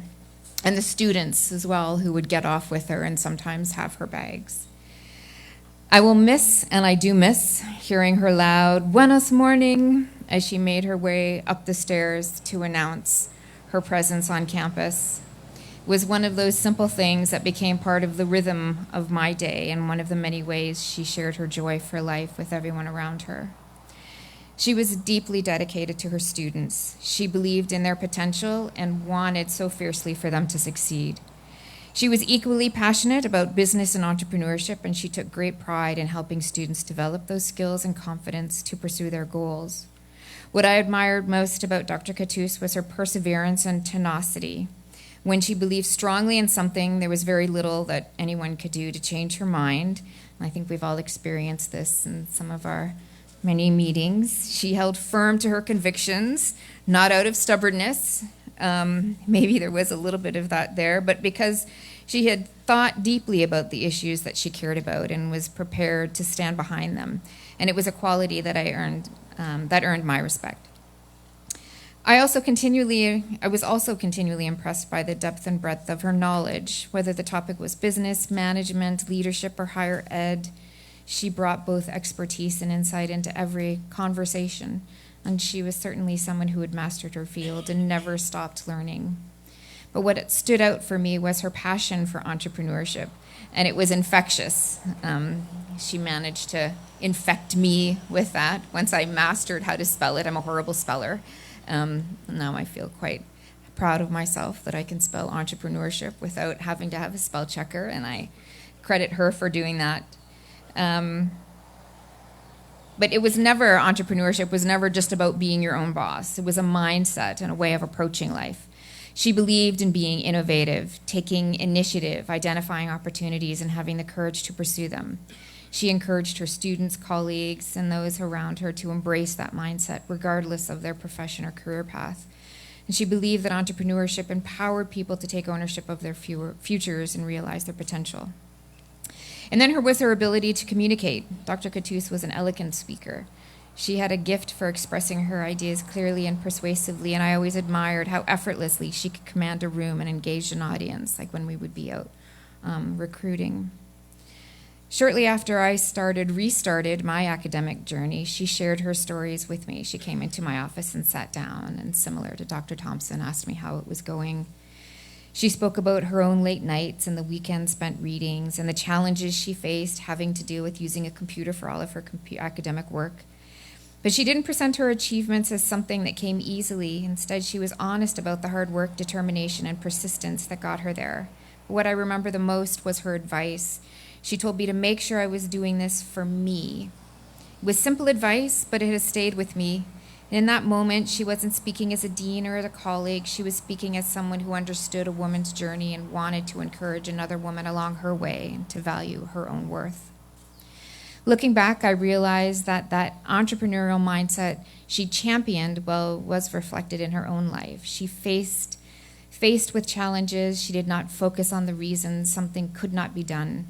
Instead, she found a way forward. The perseverance she spoke about was not just something she practiced in her own life, but it was something she encouraged in others. She wanted people to believe in themselves, to continue when things became difficult, and to pursue their own goals with purpose and determination.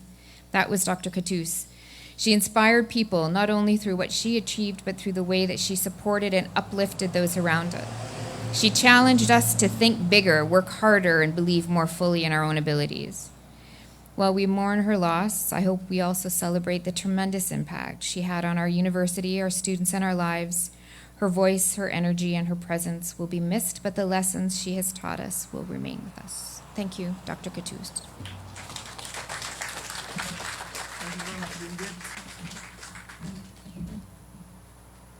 Well, that was an excellent tribute. Thanks very much, Dean Gibbs. We'd like to now ask Dr. Aileen Harrison to come forward and give her tribute to Dr. Cattouse. I apologize. I've always said her name correctly, Aileen, but she says it's Aline. Dr. Aileen Harrison. Thanks, Dr. B. Good morning, everyone. Sylvia was a truly special person whose warmth, wisdom, and kindness touched so many lives. Our conversations could effortlessly move from academic discussions and professional matters to something as simple and joyful as talking about shoes. We shared many, many shoe stories. She and I were the same size. So we always, shoes was one of our conversations. Never failed to get bored with talking about shoes. We both love shoes.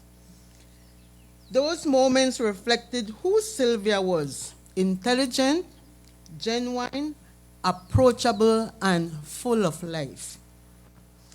We lovingly called each other Chica, a simple term of endearment that reflected the special bond and friendship we shared. Hearing her say Chica always brought a smile and reminded me of her warmth, humor, and caring spirit. What I will remember most was her sincere interest in the people I loved. She never forgot to ask about my grandchildren, my niece and my nephew, my daughter. She always wanted to see what were the latest pictures that I had about them. Was always, that conversation never stopped. She always wanted the updates on how they were doing. And her questions were never out of obligation. They came from a place of genuine care and affection. She celebrated their milestones and joys as though they were part of her own extended family. Sylvia was deeply and is deeply loved and respected, not only for her knowledge and accomplishments, but for the way she made people feel valued, remembered, and important. Her presence brought comfort, laughter, friendship, and encouragement. I will miss our conversations and shared laughter and hearing her call me Chica. She leaves behind cherished memories and a lasting impact on all who had the privilege of knowing her. She will be remembered with great affection and deep gratitude and love. Rest in peace, Sylvia. Sleep in peace, my friend Chica. Thank you.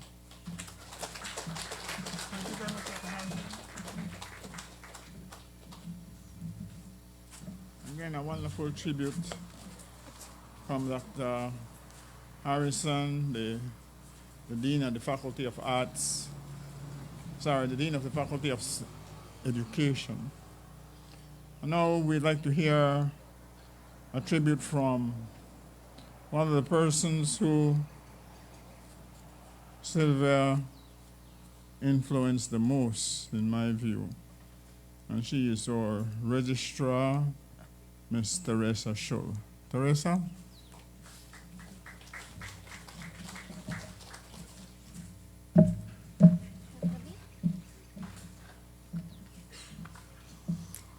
morning, everyone.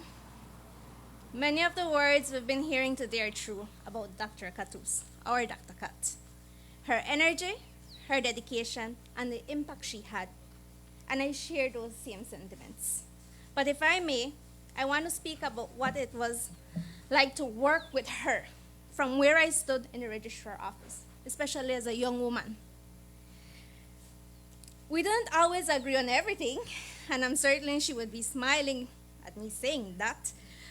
But what stood out to me was that we always found a way forward. We worked through things, sometimes with different perspectives, but always with a shared goal, to make it work for her faculty and for her students.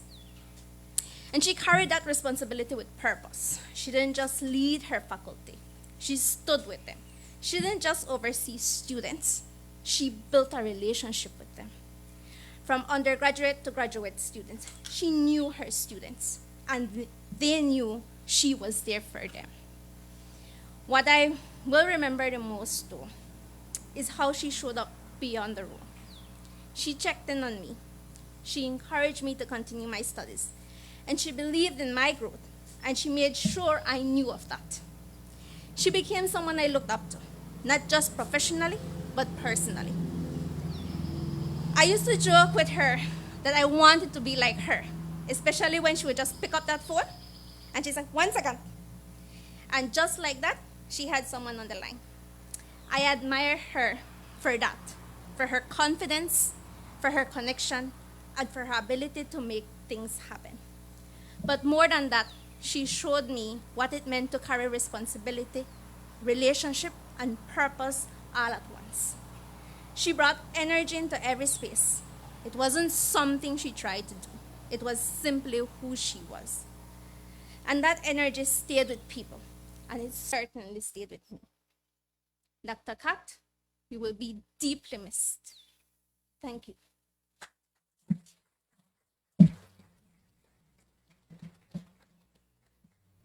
Thank you very, very, very much, Miss Dare.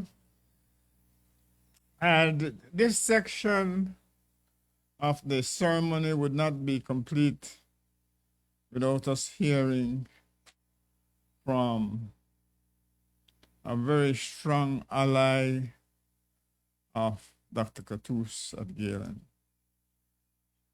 He is the athletics director. We call him Coach Star. It was always, as he said, circling the wagons. And what that meant, he was trying to get Sylvia to agree to one of his projects or the other. Barney, your turn.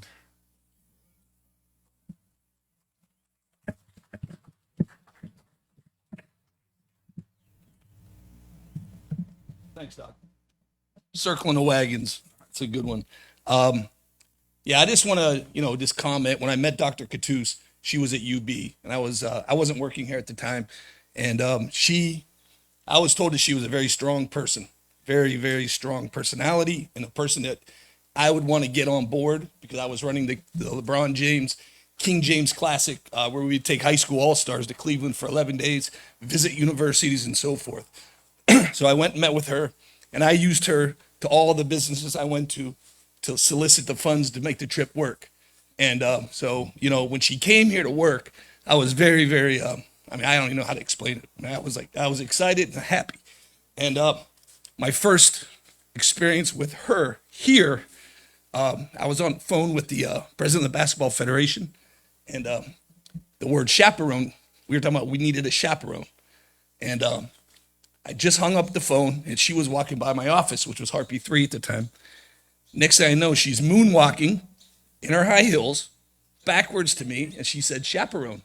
She said, I got chaperone on my resume. I said, oh, is that right, Doc? Where did you chaperone? She said, she chaperoned Miss Belize in LA, and she was asked to be the chaperone. I said, man, that had to be a great experience. And she said, well, it was okay, but they had to get a chaperone to chaperone the chaperone. And so, I said, well, Doc, you are the straw that stirs the drink. And, to me, that just opened up a whole different level to communicate with Dr. Cattouse. And I'll never forget that. And I hope, I knew I was going to be the weak link with this group. But you know, I always call her my go-to girl. And I'm going to miss her. So that's it. That's all I got to say.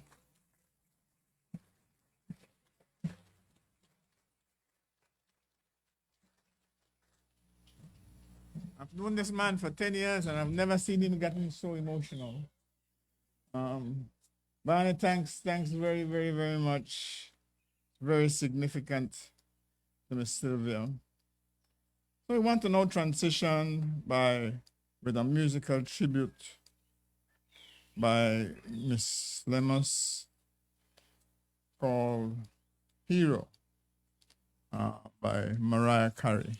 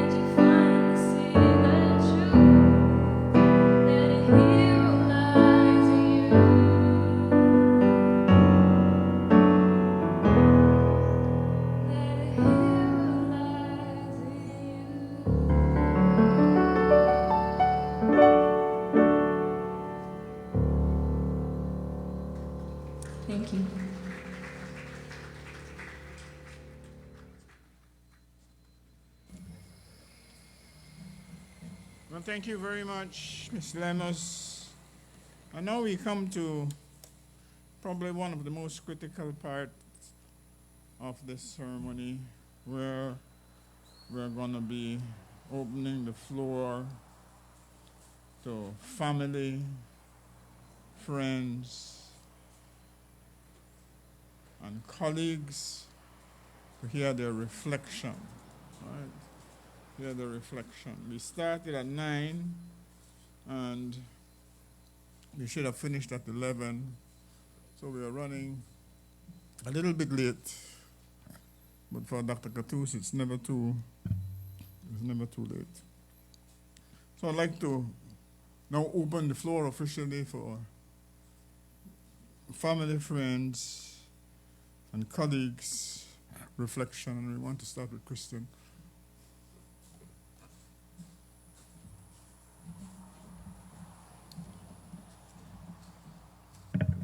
What does it mean to have lived a great life? I believe that from what we've heard, Dr. Cattouse has lived a great life.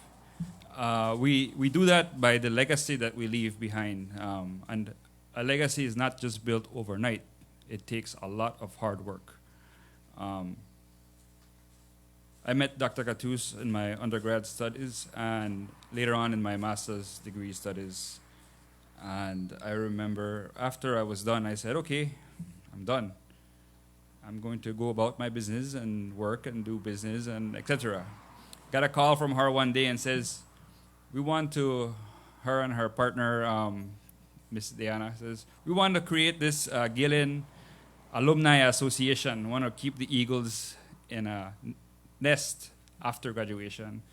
And she says, you would be a great interim president. I think this is about 2 years ago, and I'm still the interim president.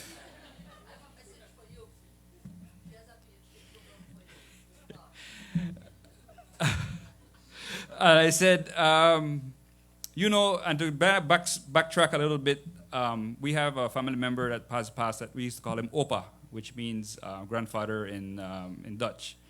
And he used to always say to me, always hang around with people who are better than you.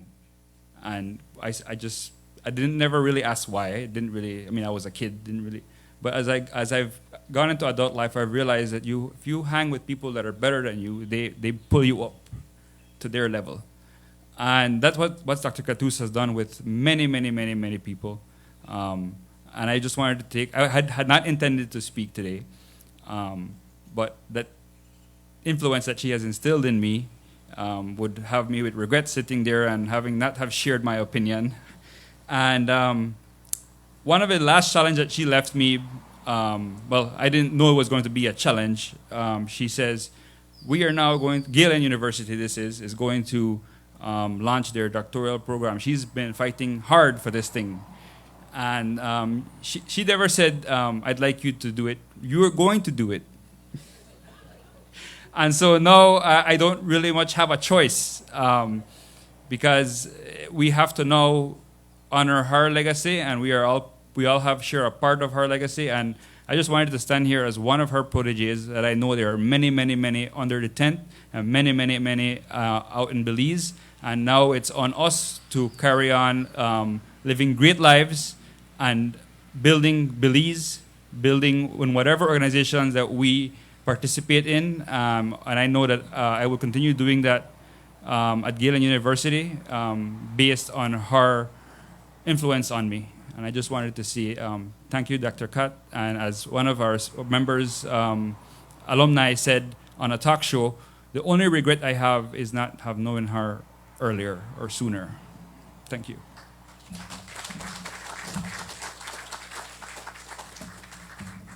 Thanks very much, Christian. As I said, the floor is open. Please. Oh, come on up.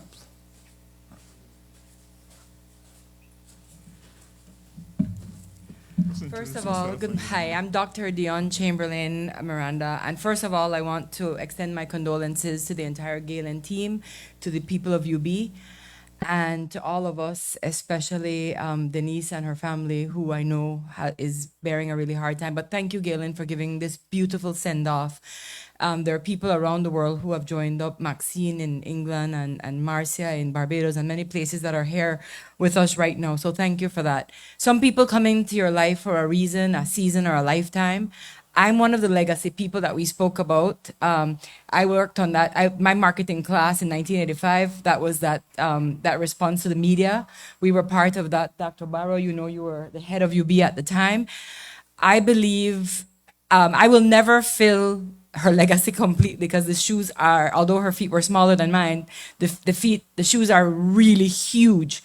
And when I say she started out as Miss Cattouse with only her master's degree from me at the university, my family couldn't afford to send me on to the college and the degree that I wanted, but she made me fall in love with marketing, communication, visibility, and she dragged me along every step of the way. As I look at my resume today, Youth Business Trust, Belize, she was part of the Youth Business Trust program. Chamber of Commerce, I worked there, she was there.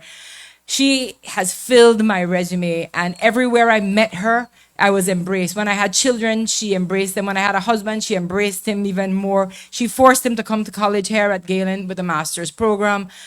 I spoke to her the last time on the 26th of March, and that was the first time I've ever heard Sylvia Cattouse cry, and it broke my heart. But I could tell you the love and the outpouring that is here in this room right now.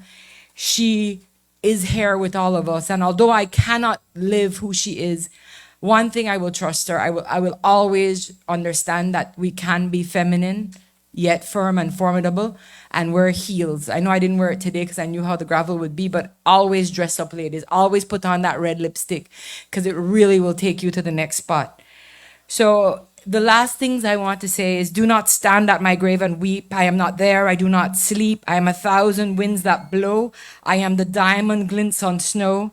I am the sunlight on ripened grain. I am the gentle autumn rain. When you awaken in the morning's hush, I am the swift uplifting rush of quiet birds in circle flight or eagles at Galen. I am the soft stars that shine at night. Do not stand at my grave and cry, I am not there. I did not die. Sylvia Cattouse will never die. For me, my family, the HR Association, and Galen. Thank you.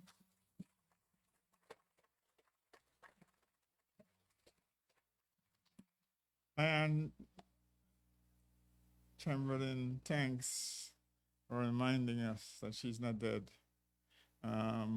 She cannot die. She will not die. We will not allow her to die. Anybody else would like to comment? Hello. Many moons have passed, they say. Many moons have passed. Hello, I'm Dr. Nancy Adamson. I'm one of the founders of Galen University. Many of you today have talked about Sylvia in her most recent decade with Galen, but I knew her almost from the beginning. One of the first, I think the first person we hired was Dr. Ayer to come and teach at Galen. And when we were thinking about the Board of Trustees, we went to her and said, who do you think would be a good person? And she suggested Sylvia. And so Sylvia was the first member of our original Board of Trustees. We had decided that we had 3 founding principles for Galen. One of them was academic excellence, which Sylvia certainly has embodied, as many have talked about. We also wanted to help our students think about and create a sustainable path into the future and embed that across the curriculum. And our third commitment was to human rights.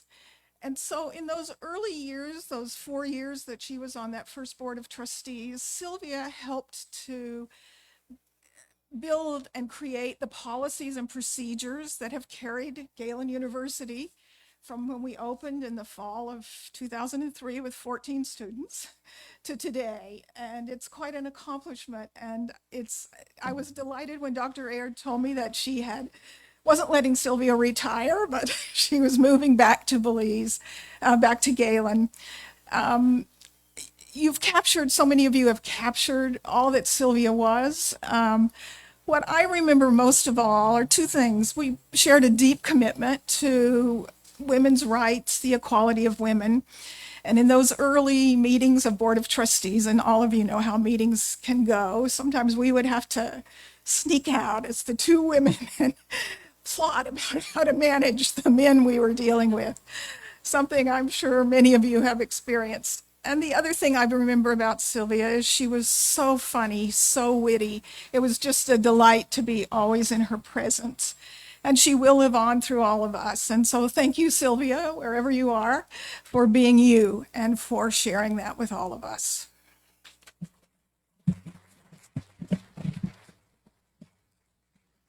Thank you very, very, very much, Dr. Adamson.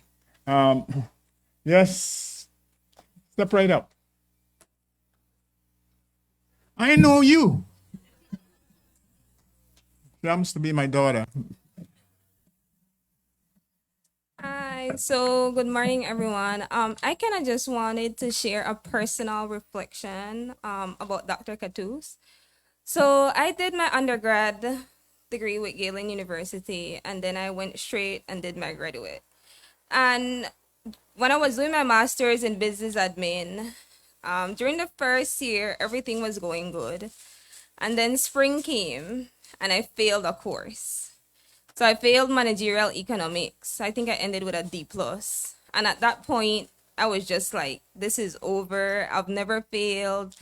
And it was kind of challenging for me. So Dr. Cattouse actually personally reached out to me even before I got the chance to reach out to her.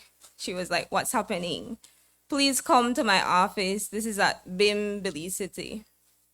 So I went there, and me and she had the conversation about this managerial economics course. And I was telling her that, I think this is it for me. I'll take a break. I probably won't finish. And like in her perspective, that wasn't an option. She was giving me options as what I can do. So she's saying, you need to graduate in your cohort. So you need to take managerial economics again. So summer, you will take it. And she got on the phone and she called the professor and she called and rearranged the time so that the two classes that I took summer didn't clash with this third class that I had to retake. And I think because of her, I got my confidence back. And I did managerial economics again during the summer, and I ended with an A. And I proceed on with my other courses, and then when I finish, I end up graduating in my particular cohort with the highest GPA. So I remember at graduation practice, she coming to me and she's like, Celine, I saw you. You see what I told you? You just keep going. And like she gave me a personal life hack, and she's like, just continue going no matter what, don't stop. So I just want to say rest in peace, Dr. Kat, and thank you so much for believing in me when I really didn't believe in myself.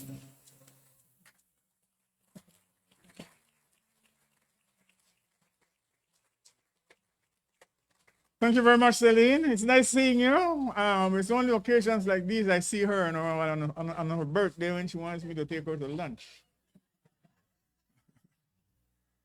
Yes, my illustrious friend.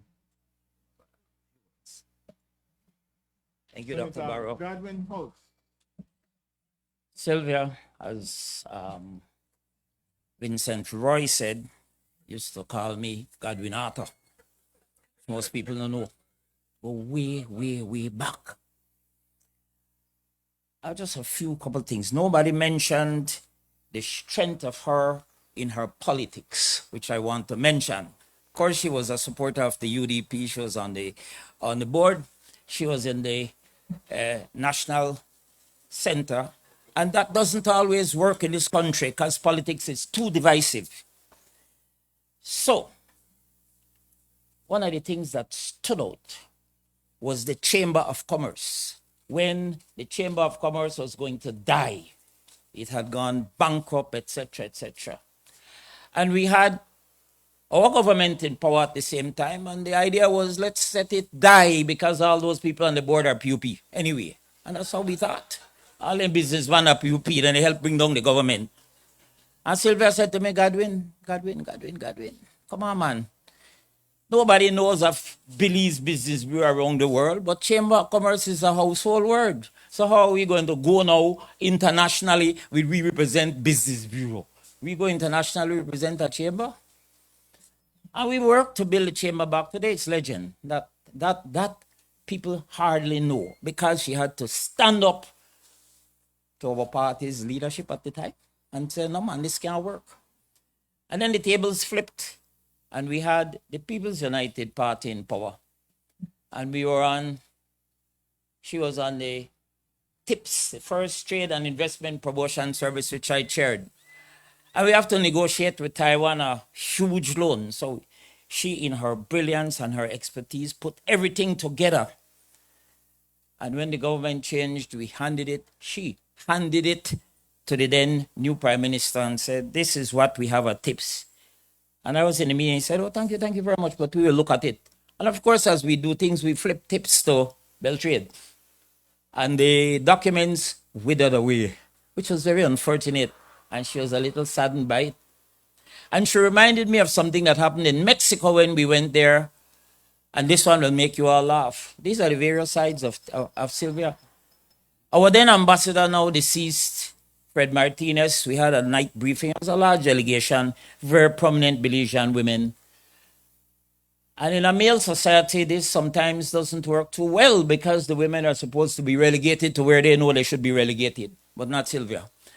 And and the ambassador said, he says, well, I have to say to you all that the dress code is X, Y, and Z. And the Mexicans will require that the men are dressed like this and the women are dressed like this. And Sylvia said, what you say? What you say? Mexicans and decide how I dress? I don't think that can happen. Which was good and strong. I said to Fred, man, come on, man. Mexican women can't tell, no woman can tell no woman how to dress, let alone Mexican women telling Belize women how to dress ain't gonna work. And she projected her beauty and her character and her determination. We had an excellent meeting. We did not achieve everything we wanted, but that was her strength. And last but not least, 1998 Hurricane Mitch. Bert Tucker and I and one of our very good friends, Dr. Yvonne Goff, we were all involved in the Belize River Valley Development Program. This hurricane was coming, and everybody was going to stay at my house at mile 10, but it was getting a little crowded. And Sylvia and Dr. Goff said, Godwin, could we go to Belompan? I said, sure. I have a daughter who lives up there, Krista, and she lives alone. You could go to your house. You're sure? Yes, man. So Sylvia and her took her up there. My daughter called me and said, Daddy, who you send me? He said, you know, Dr. Cattouse, they come to my house, and she take right over things. He said, girl, make we do this cooking, make we do this, make we do this. I said, well, you'll learn a good amount of things from her. Just enjoy it.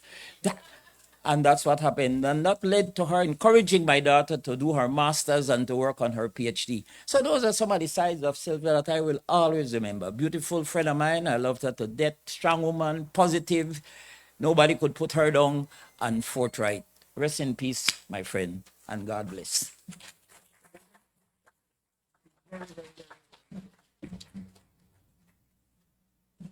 All right, can we have one more person?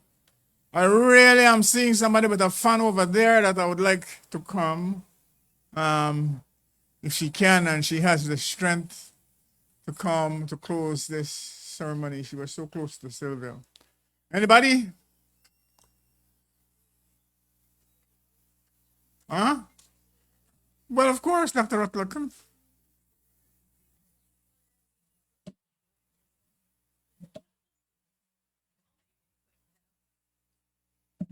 A little nerve-wracking. Hi, everybody. I'm Tanya Rutzler, and I'm faculty of FBE. And I'm no stranger to Belize. I grew up part-time in Dangriga. I now am a full-time resident of Mango Creek. I've been at Galen since 2021. When Dr. Cattouse asked me to do my first adjunct class, I was like almost crying. I was so excited. And so I've been part of the Galen Eagle family for 5 years now. And the thing I just wanted to share with you is just how everybody talked about Dr. Cattouse's outreach in the community. And my husband had been diagnosed with a severe cyst in his mouth, and he had to have major surgery, and I wanted to get a second opinion. But my circles are very close and very closed in Stan Creek. I don't really have great outreach in the country. So I called Dr. Cattouse and asked her for her opinion. A week later, we were at a dentist's office in Belize City getting a second opinion.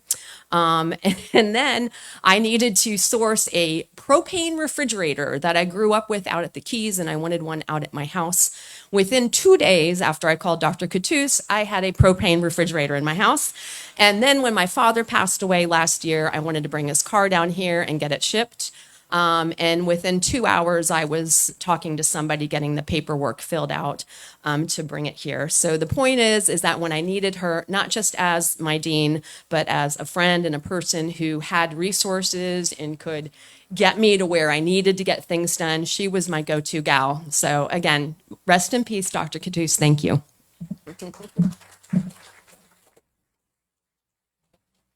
Well, thank you very much, Dr. Ratliff. So we'd like to bring that section of the sermon to a close. And we always transition with our musical tribute. And this time, of course, by Ernest Mann. Before we go into the special tribute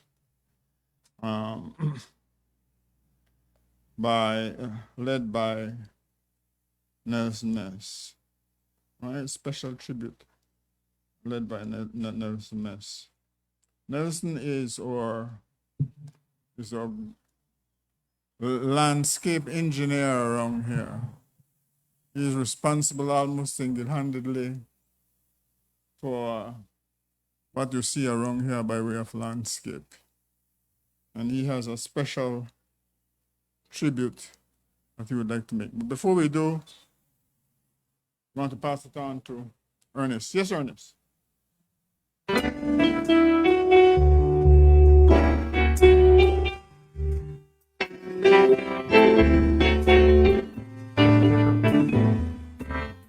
Unforgettable, that's what you are. Unforgettable, truly afar,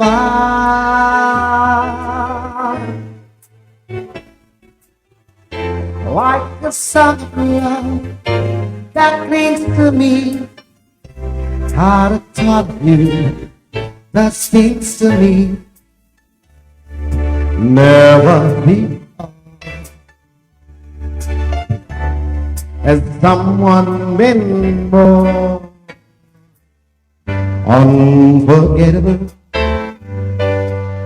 in every way, and forevermore. That's how you say.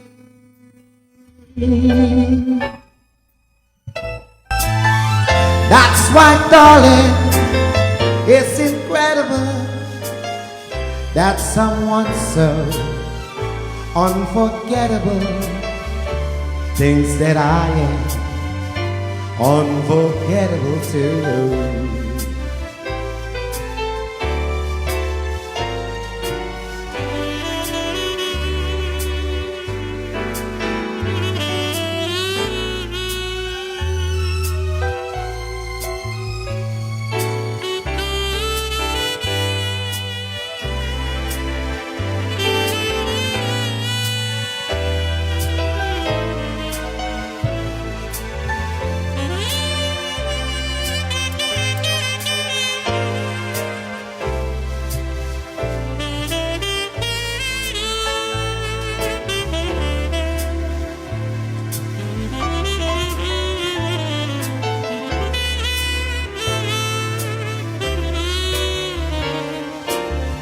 Unforgettable in every way,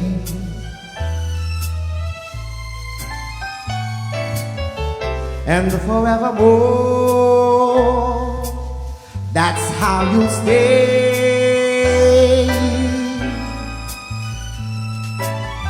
That's what, darling, it's incredible that someone so unforgettable thinks that I am unforgettable too.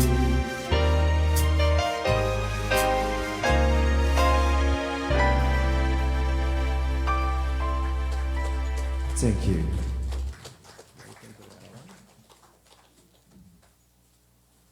Thank you very much, Ernest. Miss Deanne, could you tell us how this tree planting ceremony is going to work? Huh? Miss Olga?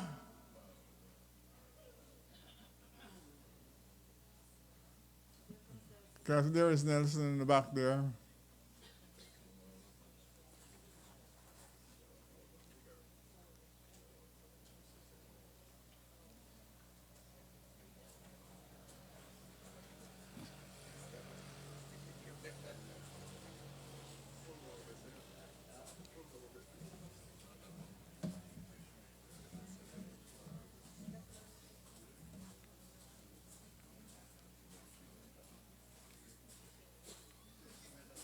Yes. Huh? We're going to plant it. Put it right on top there.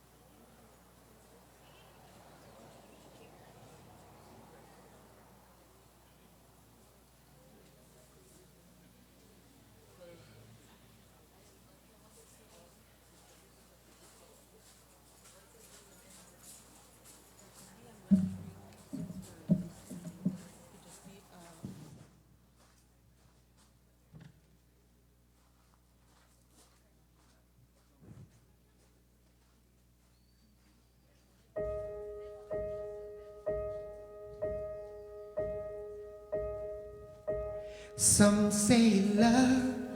We're just formally introducing you to the two trees that's going to be planted in loving memory of Dr. Sylvia Cattouse, so that whenever we look at these trees and their seedlings in the future, we'll remember her.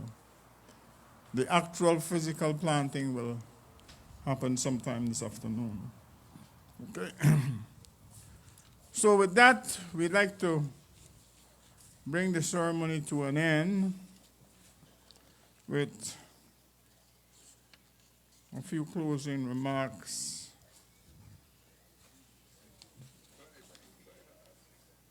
From me. Ladies and gentlemen, as we come to the close of this morning's ceremony, of this morning's celebration, I find myself reflecting on something we have heard repeatedly throughout the testimony shared today. Everyone knew a different Sylvia. The student knew her as a teacher. The faculty knew her as a colleague. The business community knew a leader.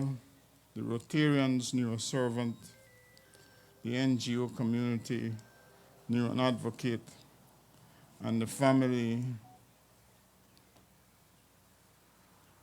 knew a sister, aunt, cousin, or friend.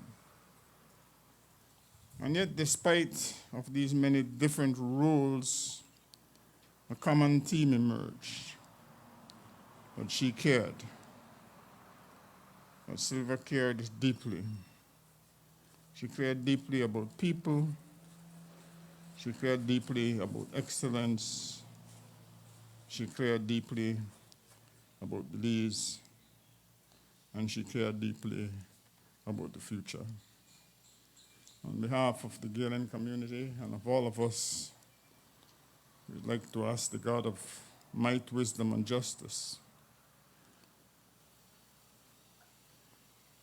to accept her in that place that He has prepared for those who love and those who served others.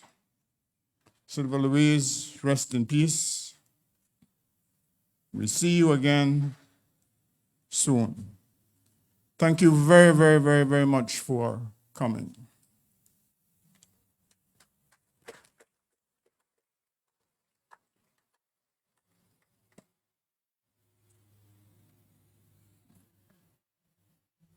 And with that, ladies and gentlemen, we like to hear our closing musical tribute and our final musical tribute. Our closing musical tribute is by Angeline Lemus. It's called I Will Always Love You by Whitney Houston.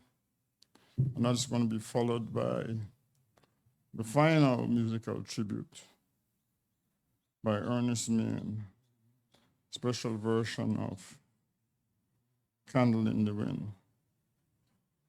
And that will be followed by a brief reception. Provost, we're still having the reception. We got the budget approved, right?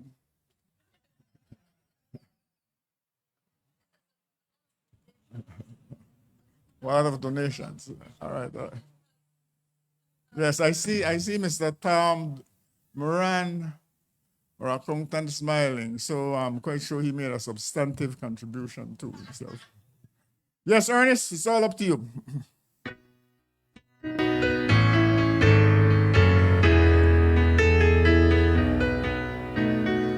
Goodbye, St. Louis.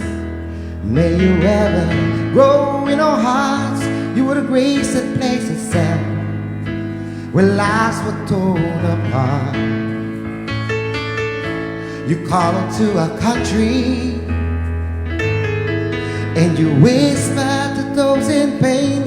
Now you belong to heaven when life is torn apart. And it seems to me you live your life like a candle in the wind, never fading with the sunset when the rain sets in. And your footsteps will always fall here along Galen's greenest hills. Your candles burned out long before your legend ever will.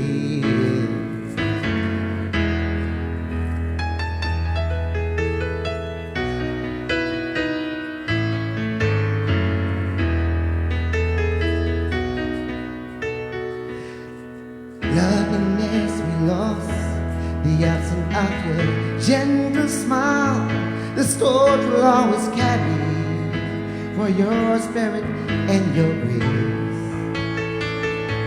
And even though we try, the truth brings us to tears. All the words cannot express what loneliness we feel.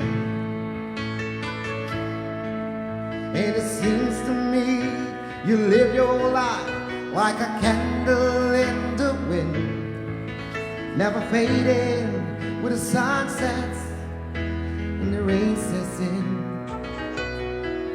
And your footsteps will always fall here along the Galen's greenest hills. Your candles burned out long before your legend ever will.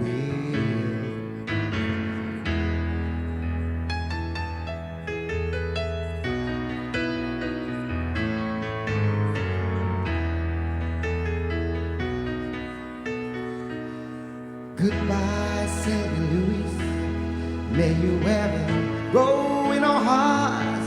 You and life go apart. Life is brave and sad. Goodbye, St. Louis.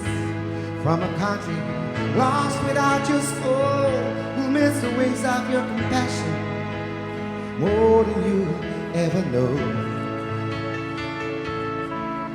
And it seems to me you live your life like a candle in the wind, never fading when the sun sets and the rain sets in. And your footsteps will always fall here along the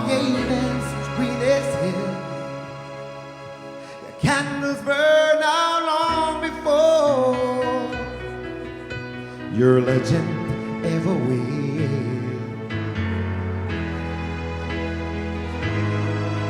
And your footsteps will always fall here along Galen's greenest hills. Your candles burn all long before your legend ever will.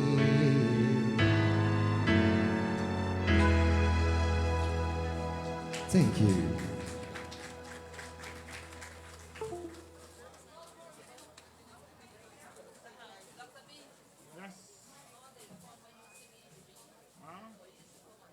Yes. We're going up here? Good job, Dr. B. Thanks. Huh?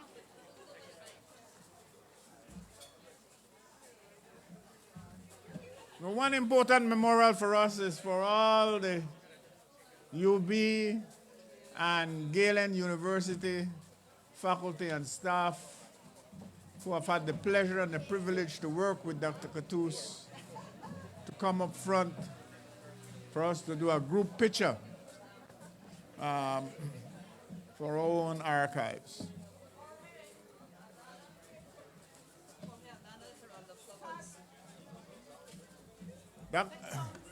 Dr. Flowers, Mr. Aldana, I know you have been around for a while, both as UB faculty and Galen faculty. Geraldo Flowers. Dr. Geraldo Flowers. I know she's a beautiful child, Geraldo, but you have to come up front.